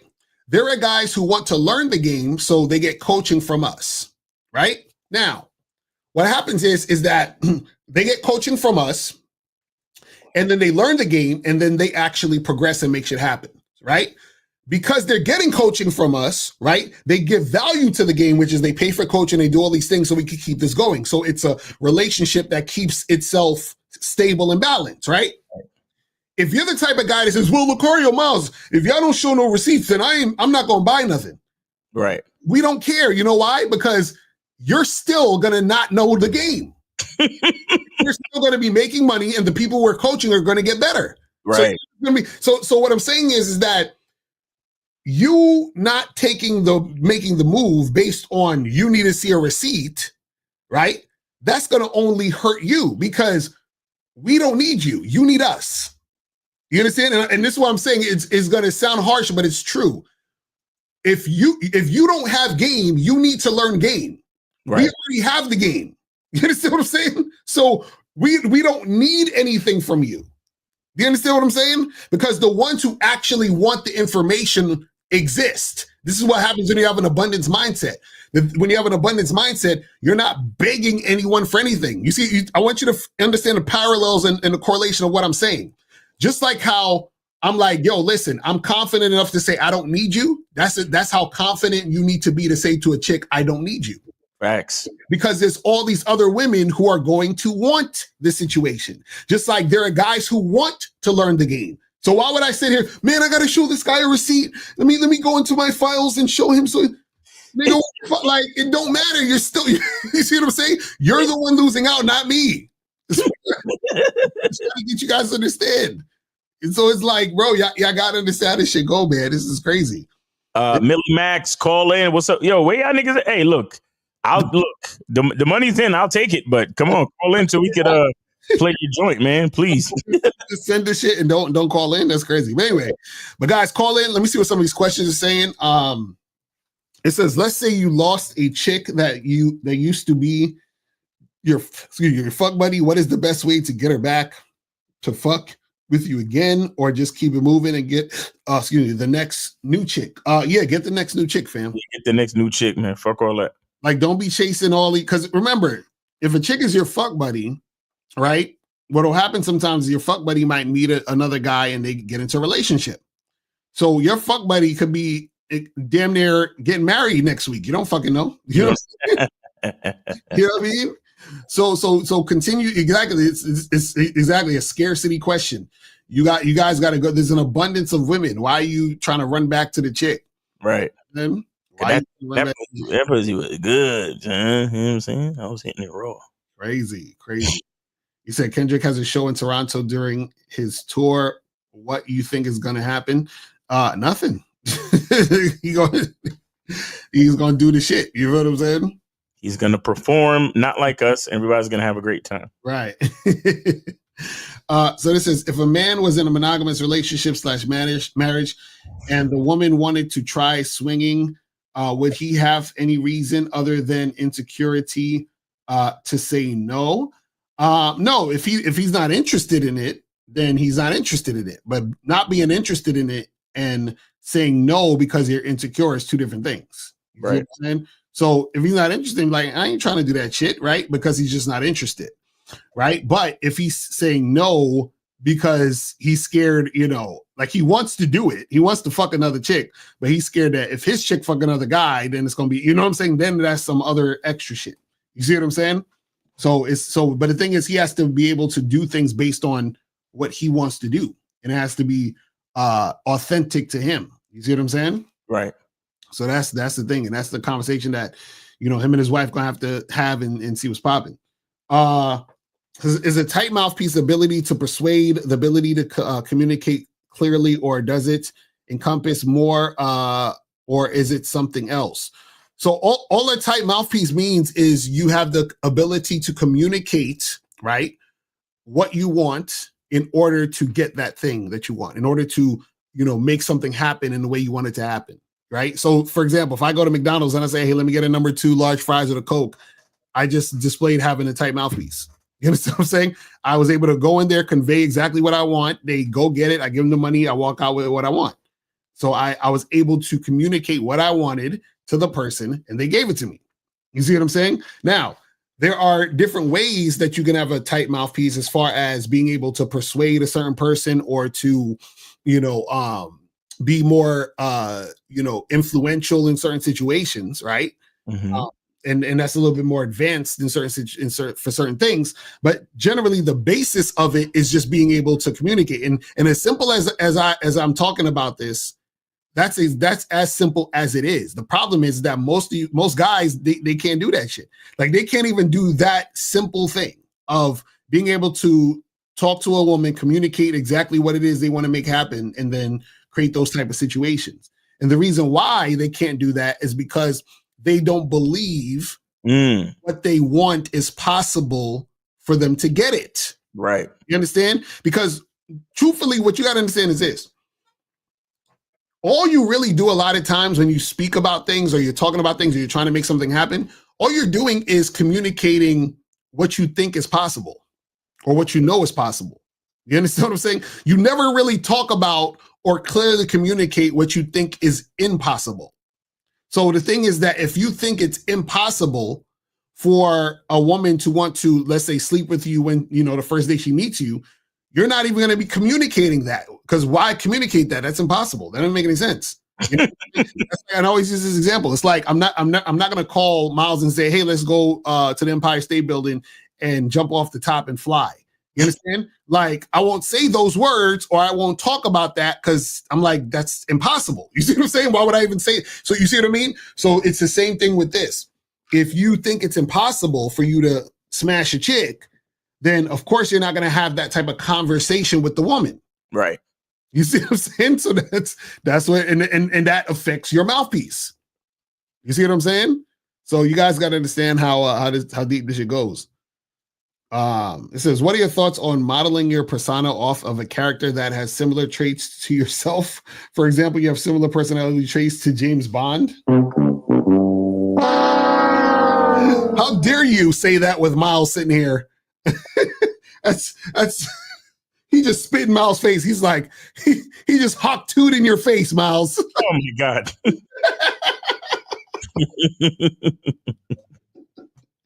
Yeah.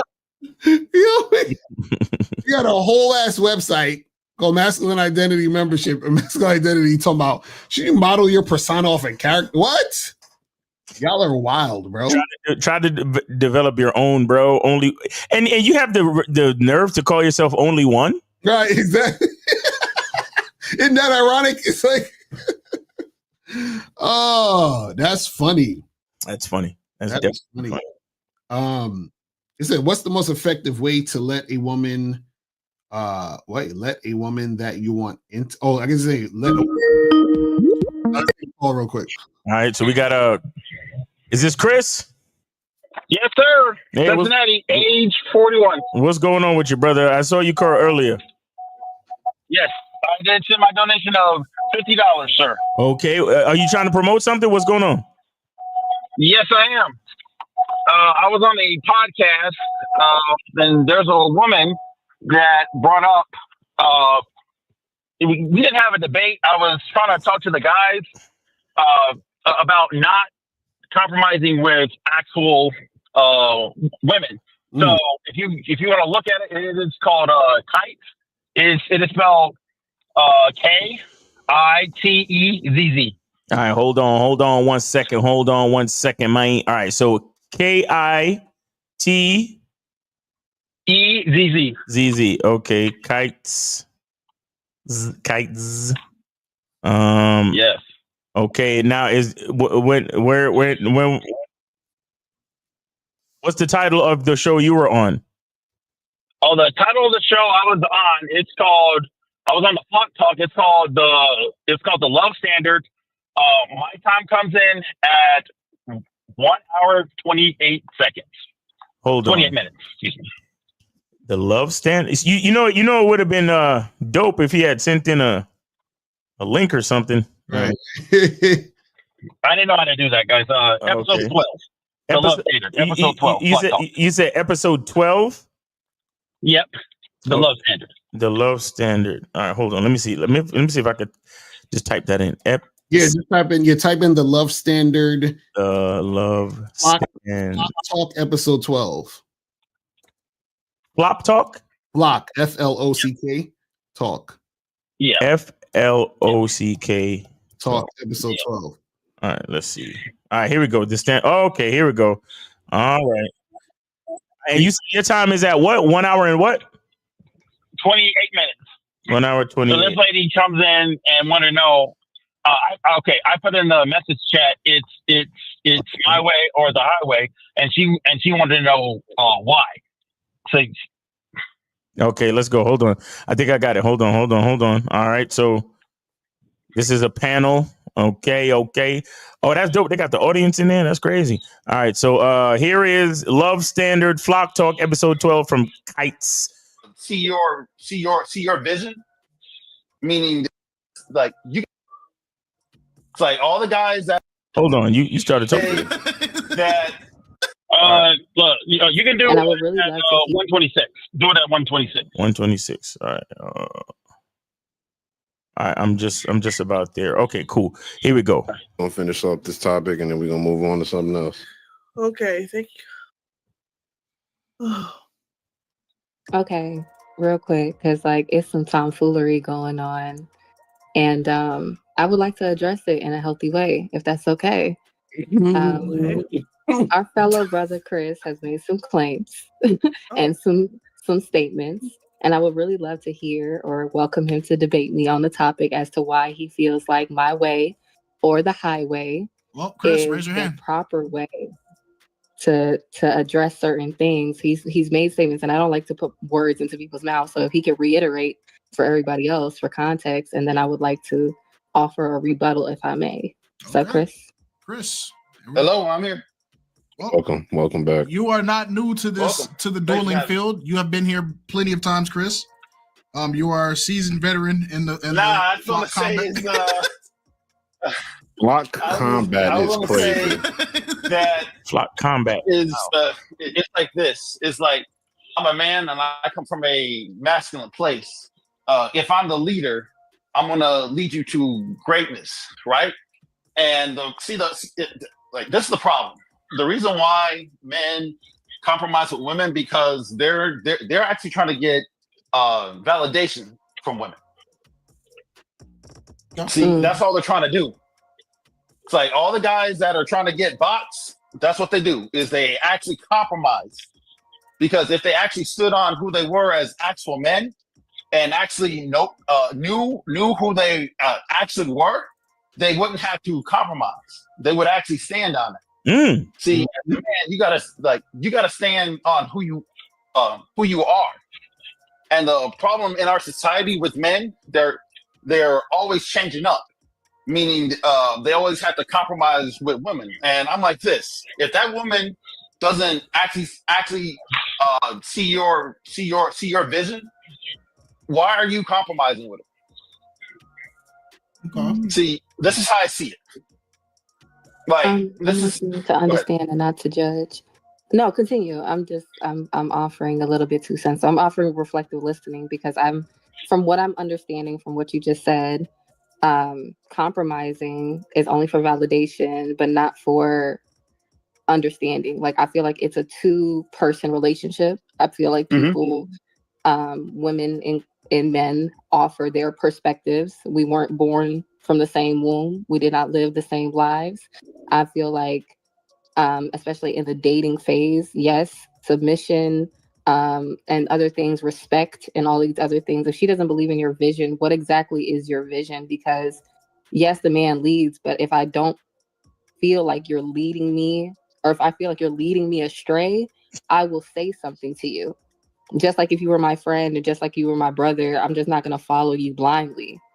So wait, pause it. The leader of his flock into his sheep. Like, you're not going to lead me off of a cliff. Damn. Yeah. No, I was gonna say, and see, this is the thing that happens a lot of times where, because what she doesn't realize that she's saying, basically, and this is what you guys gotta get tricked on a lot of these podcasts, whatever, is that all she's really saying is, without like saying it in a sense, is you're not the guy I want to follow. That's it. You see, that's it. Because she's like, well, if I don't agree with what if you don't agree, that means you ain't following. And if you're following, then I ain't the guy you want to follow. That's it. It's like, what are you talking about? It's just all the time. That's why I don't like really talking to women or listening to women on podcasts, because they only talk when they say anything negative. They're talking about the guys they don't like. That's it. Right. Because why would you have to disagree with my vision and my direction? Right. Exactly. But if I feel like you're leading me astray, well, how many of y'all bitches done got pregnant by a nigga that's in jail right now? He wasn't leading you astray, but you opened up your legs to him because you liked him. Right, exactly. You understand what I'm saying? So all of that shit don't fucking matter, man. Like, but I'll let it play a little bit further. Cliff, I need to also understand, follow you blindly. Just like if you were my friend, and just like you were my brother, I'm just not going to follow you blindly. Yes, you will. You know, a shepherd is the leader of his flock into his sheep. Like, you're not going to lead me off of a cliff. I need to also understand that you are taking because you could have the vision and the idea, but not have all the steps to get there on your own accord. So please reiterate for all of us, what exactly, besides a need for validation, it sounds like you're saying that it's almost a sign of weakness for men to compromise with their woman. So. Okay, like I'm talking about in the actual beginning of the actual relationship. Because like here's the thing about me. I was with a woman for 2 years. We didn't argue. She didn't compromise with me. Why? Because she saw the actual value that it actually brought. Was she allowed to express her opinions? Yes, she was. But go ahead. No, I'm saying, did you take those opinions? Because I know we strongly state on not hearkening to a woman. And yes, you don't hearken to a woman, but also your woman is added to your life, and the woman that you bring by your side in any aspect, whether it's your sister, they offer value. They bring value to your existence as a man as well. They contribute to your success. They give up their name to join your house. You see, the fact that she said give up their name, right? You don't see it as you are getting my name. Right. If a bitch, anybody under the sound of my voice, if you're dealing with a woman and she says anything to this, and y'all talking about getting married or getting engaged, and she's saying that she's giving up her name, fucking dump that bitch right then and there. Do not marry her. Do not continue the relationship. Right. And it's the way that she's saying it, because understand this. By her saying giving it up, she's essentially saying that I have to sacrifice something that I don't and do something I don't want to do in order to get this. Exactly. The actual feeling of it and the actual thought process of that should be, wow, I get to have his last name and be part of his program. I'm so excited. I can't wait. This is going to be amazing. That's what it should be. You know what I mean? So if she's saying, if she has any other type of attitude about it, that's not the woman you're supposed to be marrying. And that's the truth, man. That's the fucking truth. But I'll play a little bit more and then. Right. And in doing that, you're entrusting your whole life. My life is no longer mine. Your life was never yours, bitch, because men protect you every day, bitch. This is why I don't fuck with women on podcasts, bro, because it's the same shit every fucking time. You know, so like I just want to understand in that aspect because it sounds red pill. Disingenuous. I just want to understand. She said it sounds red pill. No, no, absolutely not. Okay, no, like listen. Let me tell you something. I'm not. Yo, Chris is getting. Yo, listen, bitch. Listen, let me tell you something, bitch. On this red pill stuff. I'm not on this Kevin James stuff. Manosphere. I'm on masculinity. That's what, nigga. You should have just said masculineidentity.com, bro. Stop playing. That's who I'm on. See, the problem with guys don't know who they are. So when you don't know who you are, you really can't lead anybody. I'm just gonna be honest. So that's why oftentimes men are actually leading women off the actual cliff because they don't know who they are. Real talk. Okay. So, and also guys also lie. They actually lie about their intention. So I actually know where you're actually coming from because women tell me this stuff all the time, you know, and that just comes from men just lying about their true intentions. They're not honest. So I get where you're actually coming from, but it actually comes from a place of knowing who I am, loving myself so much that I want to give the love that I have for myself to you. And if I actually love myself, I'm actually never going to lead you off an actual cliff because why? Exactly, bitch. The fuck? That's what I'm saying. How could I? This is why it doesn't make, when I hear these women talk, it doesn't make any sense. But you know what it is because most of the women have never actually been with a man. Right. They've been with guys like Chris is saying that a lot of them being consistent, be all over the place. They're not really about nothing. So what happens is that, you know, when you're coming up to them, they've already been so scarred that they can't actually trust the dude in order to make something happen. Right. You see what I'm saying? Right. But I put the link in the oh yeah, April put it in there too. But we put the links to the episode in the joint. But that you know shout out to you, Chris. Thanks for bringing that to our attention. Facts. Nah, that shit though. Yeah. Yo, Miles, can you play that one little last second clip? Because he said something really important, really quick. Okay, all right. He said something really important. All right, go ahead. Man, this is gonna knock your socks off. All right, hold on. I got you. Love for me first. I can love myself and still make wrong decisions. I can love myself and still not know everything. Because you're a woman, bro. Like, what the fuck? What you do? That's literally what you do. That's why you need a fucking man.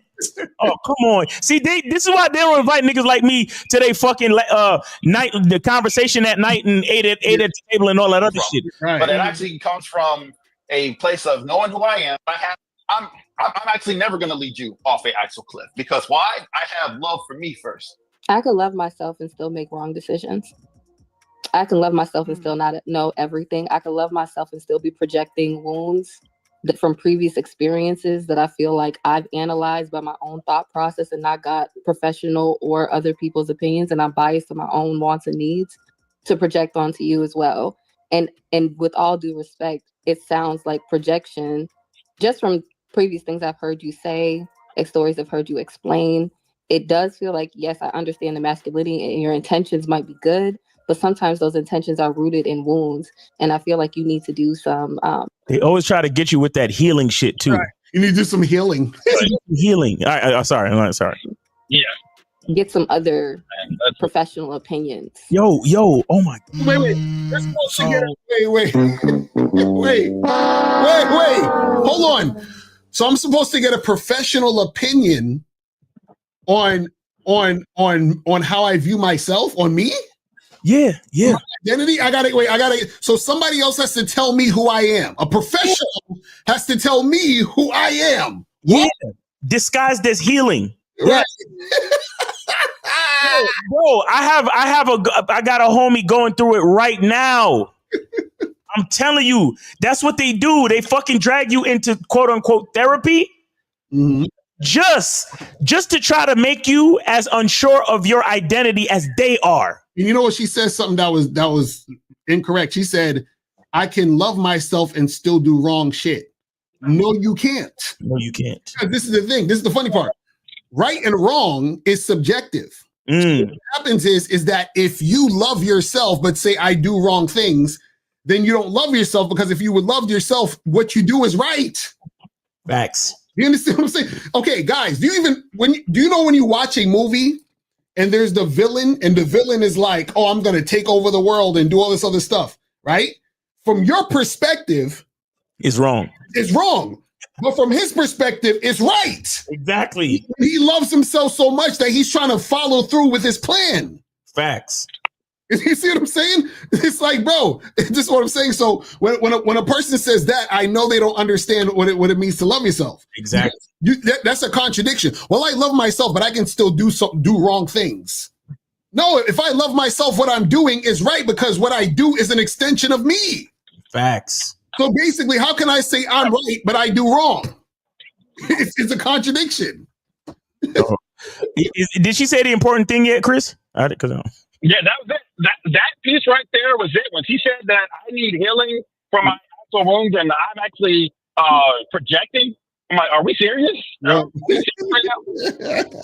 Listening because masculinity is not rooted in all of that. Sorry, Kites. I'm like, masculinity is one thing. I get where he's coming from. I just don't feel like it's coming from necessarily healthy practices. Yo, nah, bro. Nah. This is why you can't really take what women are saying seriously in these type of things, because she's basically saying, this is all she's saying. She's saying, I don't like what you're saying, because what you're saying is going to go counter to what I'm trying to do. And the reason why I'm trying to do what I'm trying to do is because I'm trying to do what I'm trying to do, because I'm not following you. You know what I'm saying? That's all that is. It's crazy, man. I'm telling you. So y'all got to be careful with that shit, because a lot of y'all get influenced by these women, and you start to think, well, maybe I should go see therapy, and maybe I should compromise, and maybe I should do what she said. And it's like, y'all wild with this shit. Yo, a female's nature is insecurity. if you allow her to, she will drag you into that spiral of insecurity with her. Right. And y'all will be in therapy for the rest of your fucking life. Y'all don't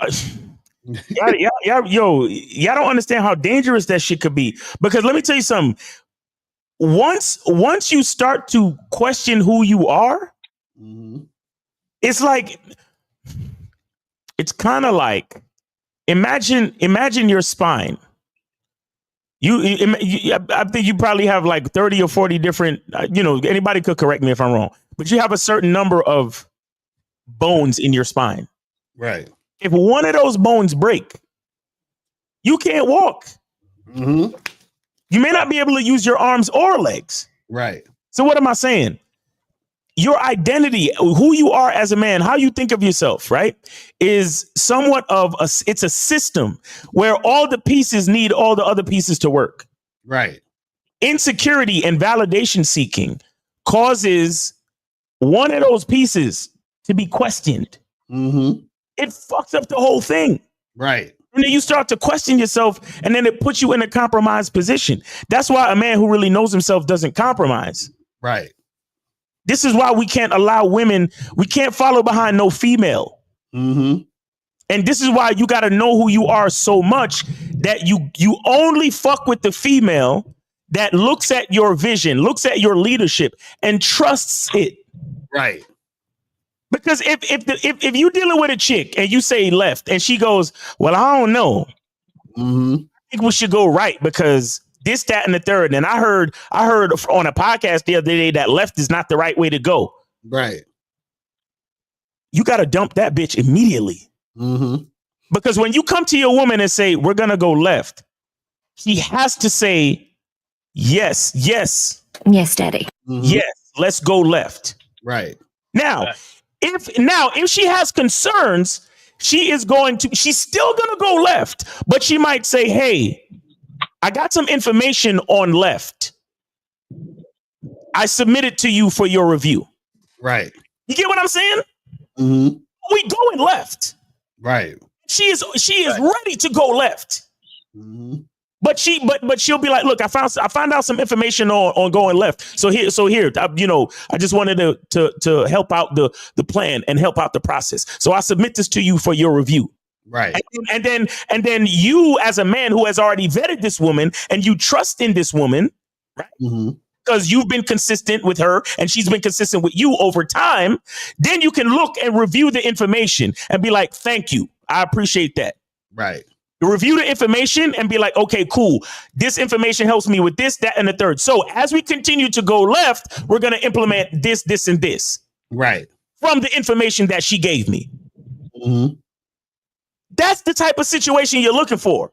But if you say, hey, we're going to go left, and your bitch start talking about, nigga, we ain't going no left, we going right. Fuck all that shit. Yo, I don't know you. Right. I don't know you. Mm-hmm. Yep, bro. Yo, shout out to Thanos, man. Cause that fucking snap where motherfuckers just turned into dust. Mm-hmm. I swear to God, I don't know you. Mm-hmm. Man, guys, again, this is why you can't listen to what these chicks be saying on these podcasts, because number one, they're talking about guys they don't like, and number two, they're also talking about guys that lied to them already. Right. They're talking about the guys that lied to them already, the guys that just wanted to fuck them. Right. Mm-hmm. Right. So, or they father who left them at an early age. Mm. So the only they're giving you biased, insecure, feminine information. Right. They're not giving you any real information. Talking about, oh, well, I don't know because you could do this and you could do that. And then I don't want you to, I'm not going to follow you blindly because you could lead me off a cliff. The only reason why a bitch would talk like that is because she's been led off a cliff before. Exactly. Exactly. What are we talking about? You're not like, this is why I don't like listening to women on podcast talk, because they're not talking about me. Right. You see what I'm saying? Mm-hmm. They're not talking about me. And the sad part is that they're not talking about most guys. Right. But a lot of guys are going to listen to that shit and think that that's how most women think. Right. And that's the fucking damage. Mm-hmm.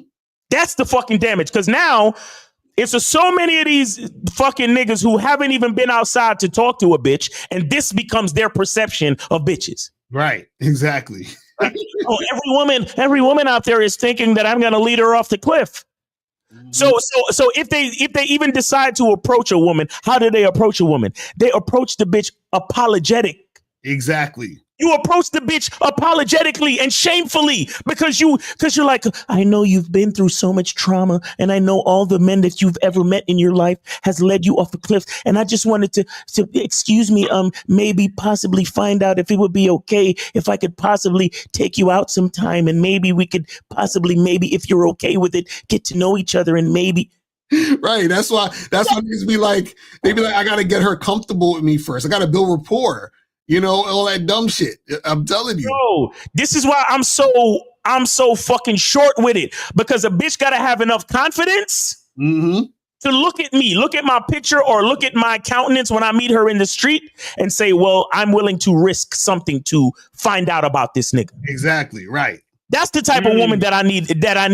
I don't need no woman talking about, well, what if you lead me off a cliff? Bitch, do I look like I'm falling off a cliff? Right. Exactly.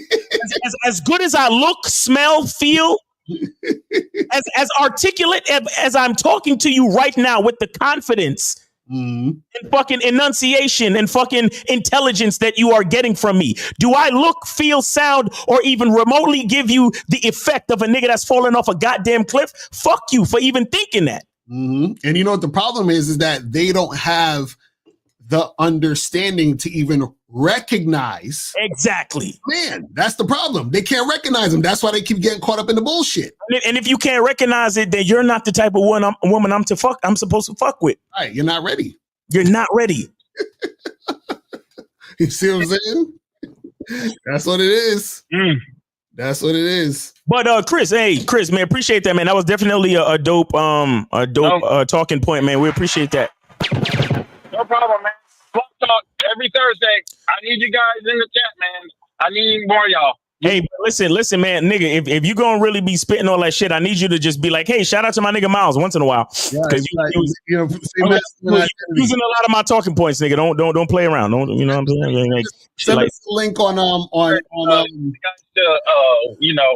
wake up and tell them, yo, dating's not hard. Dating's easy when you know who you are as a man. Like I said, I need more of y'all, man, in the actual Flock Talk Thursdays at 8 p.m. Pacific time, 5 p.m. Thursdays. All right, see y'all in there, and I am out of here. All right, peace, bro. Send us a link in the DM. Send us a link. Yeah, send us a link when you going on. Right. You know what I'm saying? All right, cool. All right. Yeah. See ya. All right, peace, Chris. Thanks a lot, bro. Appreciate it. They would fucking hate us on that shit.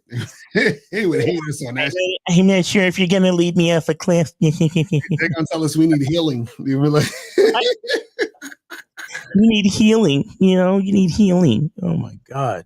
Fuck out of here. Yo. But see, this is what happens when, and again, it's like, bro, this is why everybody need game. This is why everybody needs game, because when you're a woman who doesn't have game, this is how you sound. Mm-hmm. You're a man who doesn't have game, you lead women astray, which causes women to sound like that. You know, and I'm telling you, it's insane out here. It's fucking insane out here. But let's see. So it said, what's the most effective way to let a woman that you want intimacy? I guess saying let a woman know you want intimacy. Well, gain sand. First of all, you need to be dealing with women who actually want to have sex with you and want to, you know what I'm saying, be involved with you that way. That's one. You got to like choose women who are about that. You feel what I'm saying? And then you choose women who are about that, right? You just let them know. You feel what I'm saying? Like, yo, come through and let's get this cracking. Or you chill with her, you just hug up on her, kiss her, and then you get it going. Like, what are we talking about here? You see what I'm saying? Again, a lot of you guys deal with women who don't like y'all.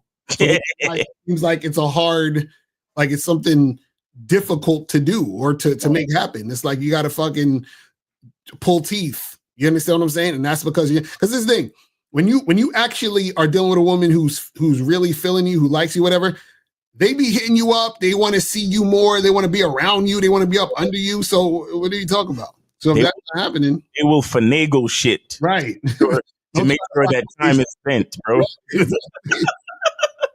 Yo, I'm telling you, you'd be like, huh? What are you doing? Exactly. He said, can you do a show on how to... All right, we got 267. 267, you're on live with Lakari Miles, name, age, city, and where did you send it? What's going on? Name is Dre, Houston, age is 36. All right. Send it to you, Miles.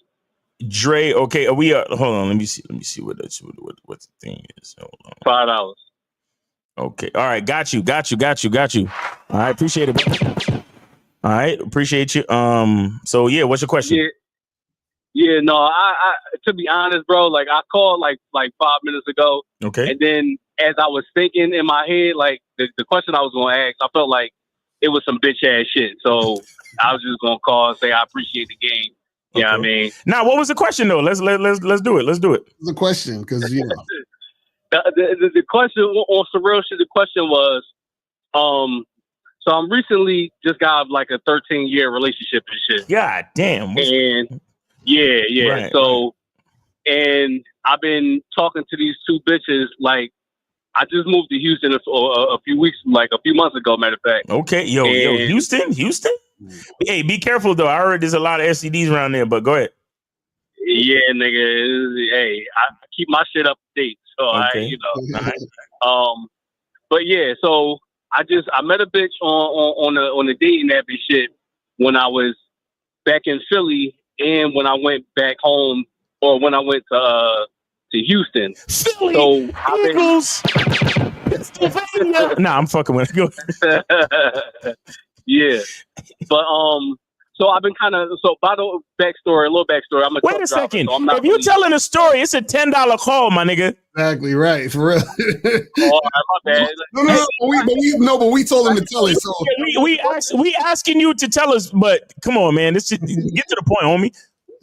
All right, my bad. The point is, so the two bitches I've been talking to, one is in Philly, one is in Houston. Okay, and they both want to see me this weekend on, I don't really celebrate Valentine's Day, but they both want to see me. Okay. But the one in Philly, she's been more like she really want to see me, and I'm just like, damn, like I don't really want to go back to Philly because that's where. Okay, my so ex what is the you know, fucking question, my nigga? Damn.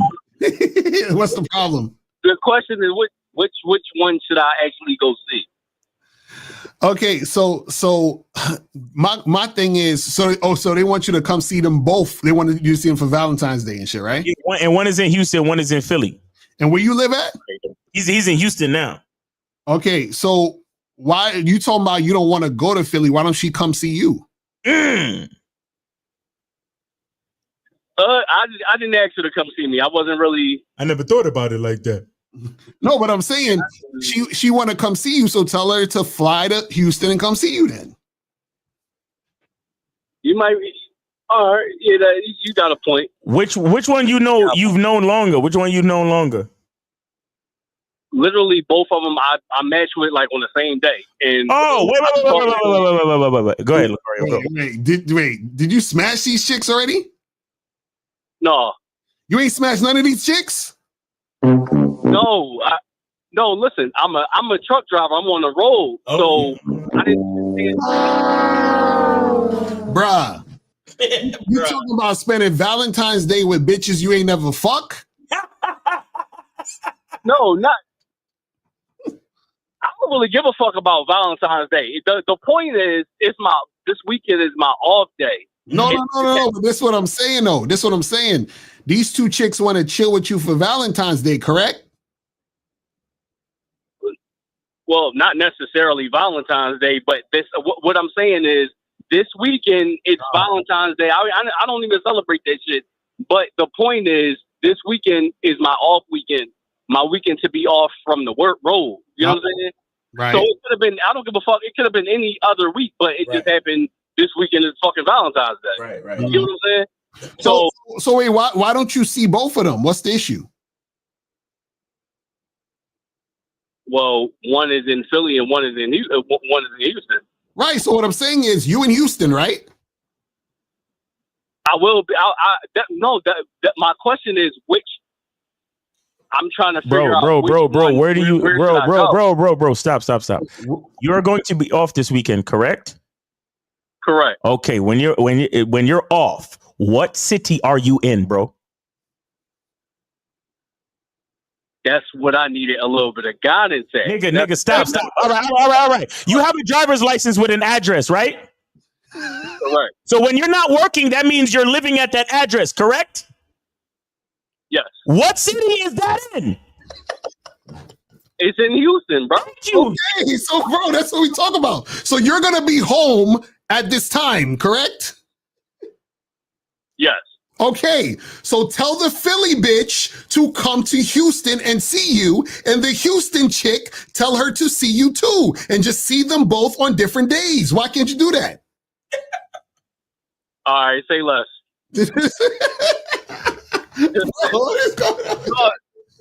No, I'm coming from a perspective of like, all right, well, I'm on the road and I can go to either one. No, you can't. No, you can't. No, you can't. Texas is really far from Pennsylvania, my nigga.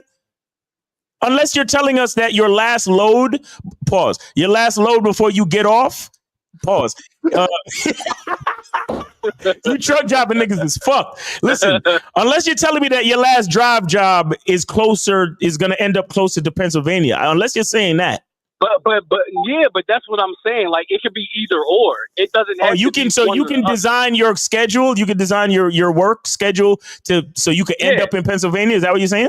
I can. Nigga, no. And I can be the Philly. Yeah, but you don't have no place to lay your head in Philly, my nigga. You got to get a hotel or you got to depend on the bitch, correct? No, all my folks is in Philly, so I can stay. No. Caller, first of all, do not fucking Champ Lee. That's fucking simping.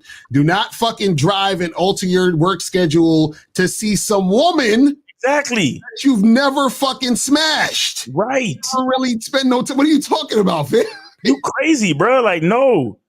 Like you asking us, yo, so should I simp? to go see the bitch in Philly? That's what you basically asking us. Should I switch my whole shit up to go see this bitch in Philly? That's what you asking us right now. Hey, how long you been talking to this woman? It's probably like 2-3 weeks. 3 weeks. So a woman you've known for less than a month, you're gonna go. A woman you've known for less than a month that you've never smashed, you're gonna alter your life to go see her. Yo, what's wrong with the ball? What's wrong with him? What's wrong with him? You see how crazy that sounds? Yo, you need to ask yourself, what would Cassidy do? What would Cassidy do? That's what you need to ask yourself. So, Carla, you don't see how crazy that sounds? You're thinking about going to Philly, altering your schedule to see a woman around Valentine's Day, no less, that you have never smashed. Yeah, you can't do that, bro. Are you insane? Now, if you go ahead. No, go ahead. No, what I'm saying is, if you want to make something happen, cool, but tell that woman to come see you. Yeah. Be like, hey, listen, I live over here. I'm gonna be here. Come through and fuck with your boy. That's all you need to say. And it's too late now because you're gonna have to pay a higher plane ticket and all that type of shit. But if it was me, I would tell a chick in Philly to come see me if for whatever. But focus on the chick in Houston though. Yeah, well, yeah, she's closer. She's closer. You should more focus on that because that makes more sense as far as her being closer. And number one, my nigga, you about to be off. Take some time for yourself and relax, bro. Like, Jesus Christ. Like, make sure I know you want some pussy and all that, but make sure you set yourself up to at least have a relaxing time off. Make sure you get your ass to the gym, get your heart rate up, and make sure you're healthy, get some good food in you. Because driving trucks ain't no easy job, bro. Right, and let the pussy come to you. That's on top, bro. I work out almost every day, so I'm on top of that. You know what I'm saying? Good. Like I eat good. Just because I'm out on the road, I ain't eating no bullshit every day. I hit Walmart, grab me some salad and shit like that. So I'm on top of all that. Okay, good. You know what I'm saying? So like I'm saying, like I'm saying, bro, do your thing, and make sure that you have a rejuvenating like time off is what I'm saying. Yeah. And let the pussy come to you. You know what I'm saying? Tell that Houston chick to come meet you somewhere where you're at in Houston, and tell that Philly chick to meet you somewhere where you're at in Houston. Like you got to get out of the mentality of going to them. Have them come to you. Yeah, be like, look, be like, listen, look, I've had a really intense. I've really had an intense load schedule. You know what I mean? So I need you to come through and massage my back and do some shit for me. You know, I want to be pampered. You know what I mean? And then in return, you could get some of this good dick. Like, you know what I mean? Right. Like, let these bitches know what's good, bro. Stop. Come on, man. Stop selling yourself so short, man. Acting like you doing them a favor. Facts. Like you gonna really call dispatch for them to give you a load near Pennsylvania so you could go have to fucking sleep on somebody's couch. Like, if you go all the way to Philly and then she flake, you got to stay at your homie's crib or your family's crib for the whole time you've been off, and you're gonna be uncomfortable because it's not your own place and all this other shit. Have you even thought about that? It did cross my mind. Well, listen. Made me call in. Listen, that type of shit should be at the front of your mind always. Right. You should be making let me tell you guys something. Look. The reason why and shout out to Chris for bringing this up in the show, but the reason why it is, you see how I'm shouting out Chris? Mm-hmm. And nigga couldn't shout me out? All right, wait a minute. Guys, the reason why it's important for you to remember that it's your way or the highway, and, pun intended, because you're a truck driver, right? Is that right? You have to understand this. As men, we are the source. We are the source of sex. We are the source of protection, order, responsibility, and the overall success of any relationship experience. Right. That's what we do as men. And understand that if we're not healthy, if we're not in the right mind space, we can't even give a bitch good dick. Mm-hmm. So who do we need to look out for first? Right. This is why it's your way or the fucking highway. Because if you're not in the right frame of mind, the relationships go to shit. Mm-hmm. You see, they love to put out this statistic of, 80% of all divorces are filed by women. Right. To make it look like it's the women who make the decision to leave the marriage. That's not the case. A lot of these men, they didn't put themselves first. Right. And when you start to put the woman above you or in front of you as a man, you begin to lose what made her attracted to you in the first place. Exactly. That's a fact. And that's what makes her file for fucking divorce, because you're so busy pedestaling the bitch. Mm-hmm. You're so busy asking, and I'm using you as an example, caller, but this is for any man under the sound of my voice right now. You sit there and you say, man, maybe I should go out of my way. Right. And drive all the fucking way to Pennsylvania to see the girl in Pennsylvania. Right. Not thinking about your own comfortability, not thinking about the fact that you're about to be off for the next couple of days and you need to rejuvenate so you can do your job.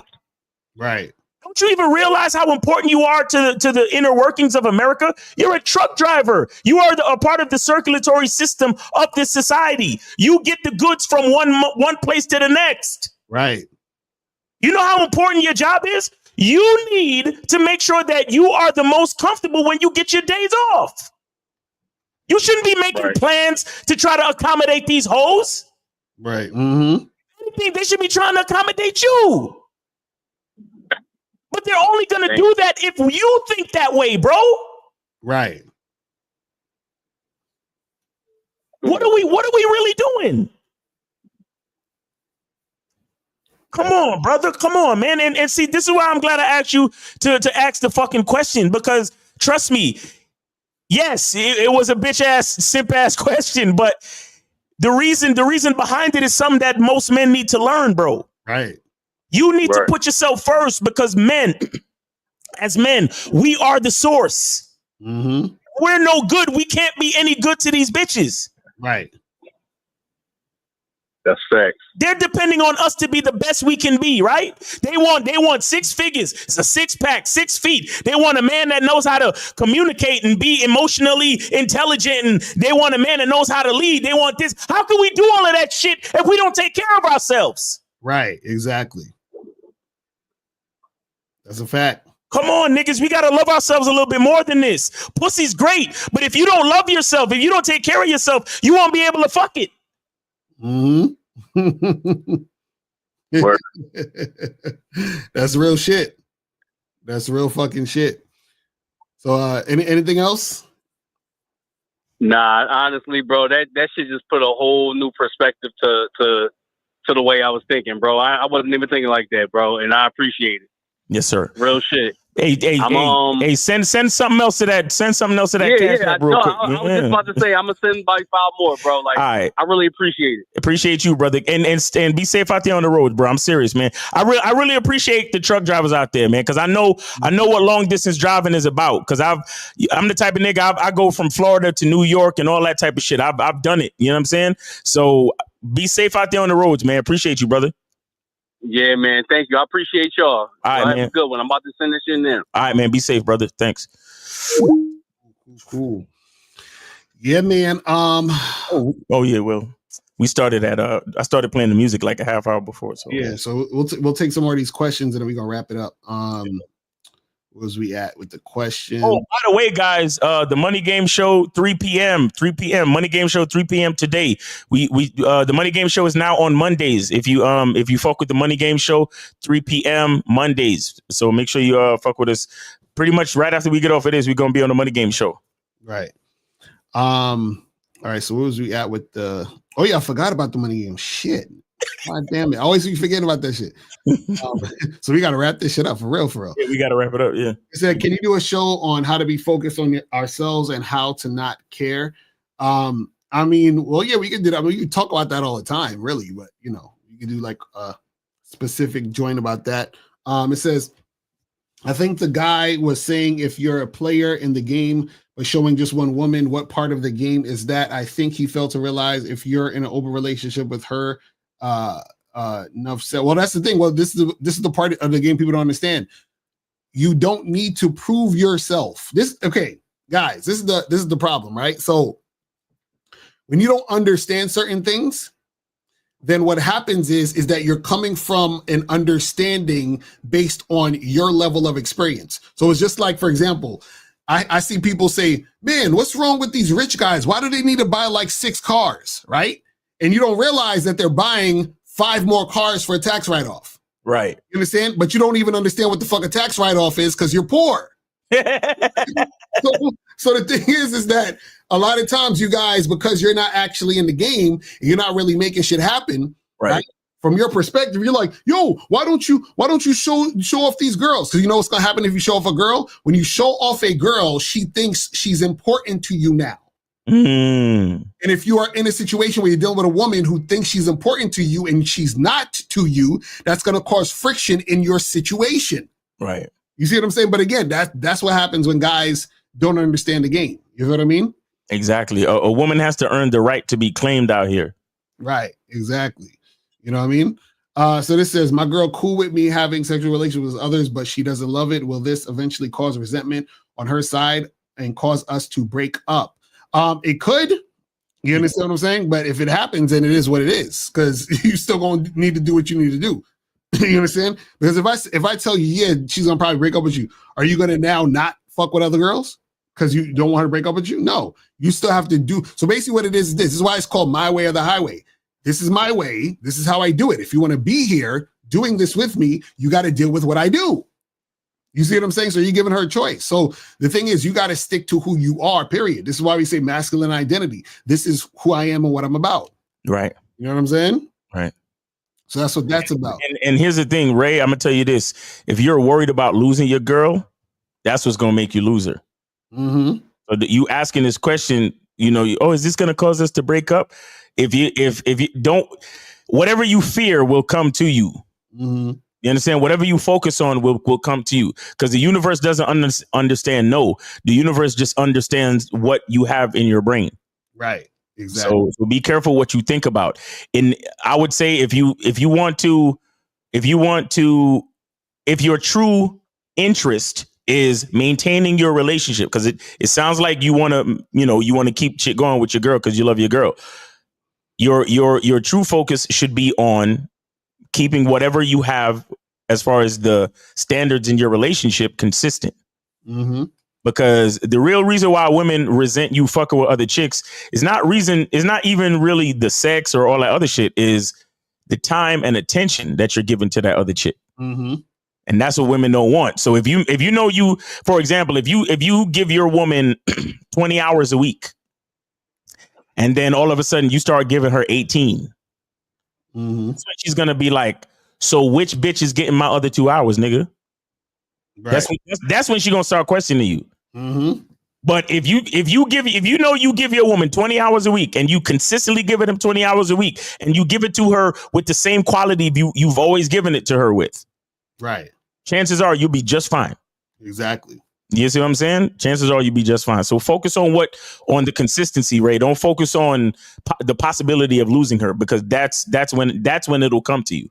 Right. It says, if you're grateful for who you are, is it impossible to hate yourself? Yes, it's impossible. That's what I'm saying. Like, you get listen. If you're grateful for who you are, that means that you actually love yourself, which means it's gonna be impossible. Hold on, I need to go to the next screen because this shit is fucking up. But anyway, here we go. Yeah, so it's impossible because what happens is you loving yourself means that you give a shit about yourself. So why would you hate yourself? Why would you hate yourself if you are grateful for who you are? It doesn't make any sense. It's a contradiction.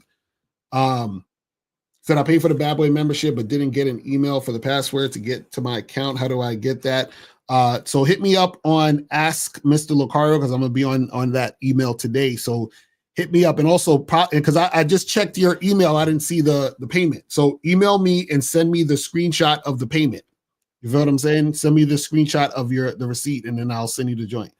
Yeah, y'all niggas be paying your OnlyFans bill, thinking that you're paying for the Bad Boy membership, but yeah. Omar Gray said, "Can I drop the link to my EP before you get out of here?" Yeah, where is it? Go ahead. Yeah, go ahead, Omar Gray. We would appreciate it, man. Shit, I want to listen to that shit too. Thanks. Put it in the chat. Yes, when a lady on the first date, don't kiss on the first date, but keep entertaining the date. However, she says she finds you attractive and doesn't get close to you, is right to charge it on the spot. Yes. So if she's basically telling you that she doesn't kiss on the first date, just add "with you" at the end of that sentence. That's all that matters. That's all that means, is that she's not interested in you sexually, which is why she's not kissing you on the first date. You understand what I'm saying? That's it. I see. Because there's gonna be another guy she goes out with, she's gonna kiss him on the first date. You understand what I'm saying? It's really that simple. Jeez. Really that simple, guys. But guys, that's pretty much it, man. Hey, shout out to Kendrick Lamar once again. Thanks. By the way, guys, listen, man, go to masculineidentity.com. Get your soap. Get your soap, man. Listen, 20% off on all soap. 20% off on all soap. So you go to masculineidentity.com, masculineidentity.com. You could get your masculine identity soap, 20% off, or the Cunningham soap, which is your lavender, your rose, and your lemon mint. You get those 20% off. All you got to do is type in LOVE, love. Type in love at the checkout page. And let me see if I could. Hold on 1 second. Let me see if I could do the thing. Here go one of the.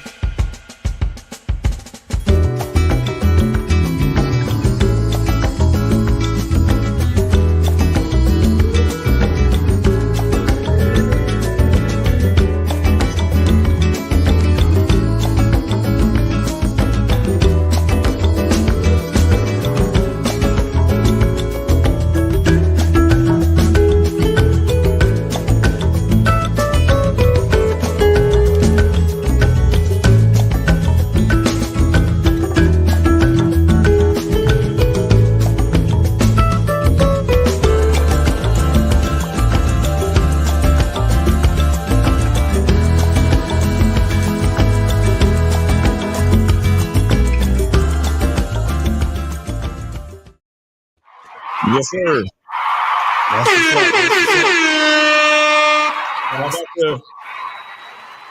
So these are the soaps right here, man. I got the masculine identity, I got the rose and the lemon mint right here. So you can check those out.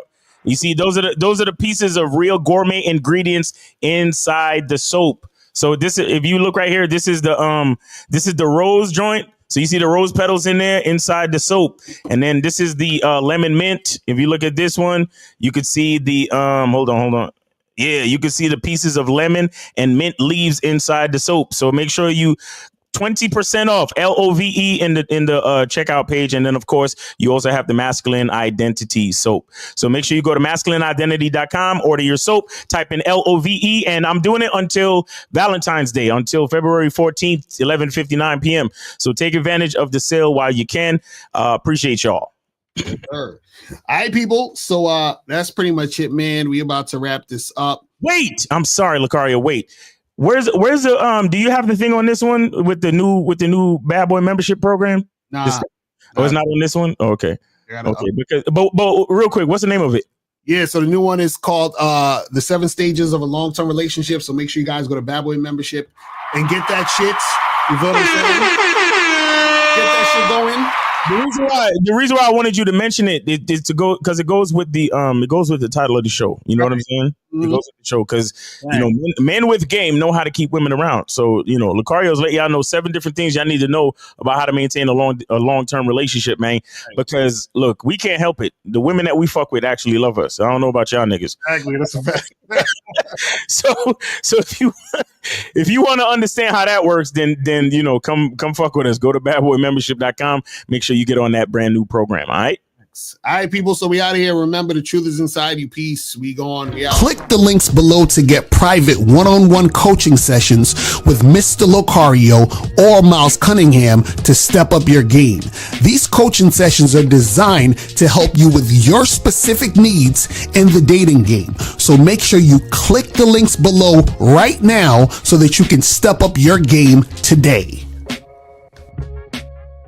I can take the dick off the table based upon my standard. You aren't gonna get hold of this dick if you ain't being the woman I need you to be. You need to realize that you need to cook, clean.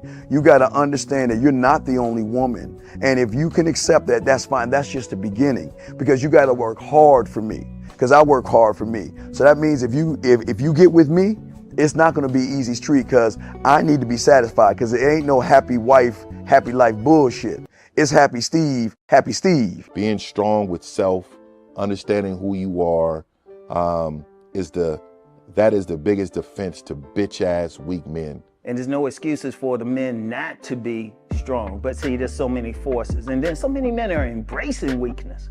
I can't stand weak men. Like I don't like to talk to them. It's hard for me to talk to these losers. I've always been a winner at the winner's table. You know, I believe it's a sin to impregnate a woman who can't raise a child, you know, or impregnate a woman who's not fit to be a mother. And I think we have a responsibility in what we see today in these weak ass little feminine boys. I can't tell another man what to do, but I can't dress feminine. I can't wear nail polish. It's just something that I can't do. Why? Because if I'm walking down the street and somebody's having trouble with a flat tire, I want them to feel that they can come to me and ask me, hey man, could you help me out with this? Because those are the type of things that a man will help out with. So I need to look like a man so they can know where to come for help. Yeah, it is such a thing as toxic masculinity in the minds of bitch ass motherfuckers. Talk about masculinity, assertiveness, authenticity, transparency. How can a guy who's straight up and honest with what he does be toxic? If the media can train you to think something bad about it, you hear the word and you want to instantly have a certain reaction. You stop thinking, you start feeling. And when people learn to think and feel and not think through their feelings, that's when they can evaluate a person holistically. And they can say, is this toxic masculinity, or did I just hear something I didn't like? And why did I not like it? And only let me go within myself to see why. I don't never look at no motherfucker and say, oh, that's a toxic masculine motherfucker. I never ever had, I didn't even know. That was an invented concept from a weak motherfucker that was like, I'm just tired of this motherfucker trying to tell me what to do and bully you over me with this bullshit. What's going to make you successful is just understanding who you are and getting your mind right and being happy with who you are. That is the thing that's going to really make you successful. Because after you get all the toys, after you get all these things going on, you've had sex with all the women you want to have sex with, you traveled all the places, you're still going to be you, and you're going to always come back to you.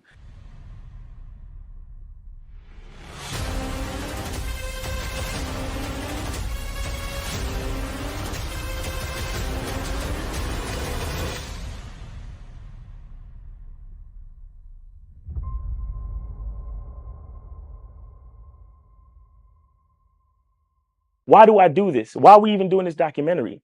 I want guys to be in the best position possible. There's no way that I'm raising my voice or calling you a bitch ass nigga because I'm trying to hurt your feelings. I'm calling you a bitch ass nigga because you're doing bitch ass nigga shit. And if you continue doing bitch ass nigga shit, you're going to end up in bitch ass nigga situations. You get what I'm saying? So when I call you a bitch ass nigga, trust me, it's because I love you.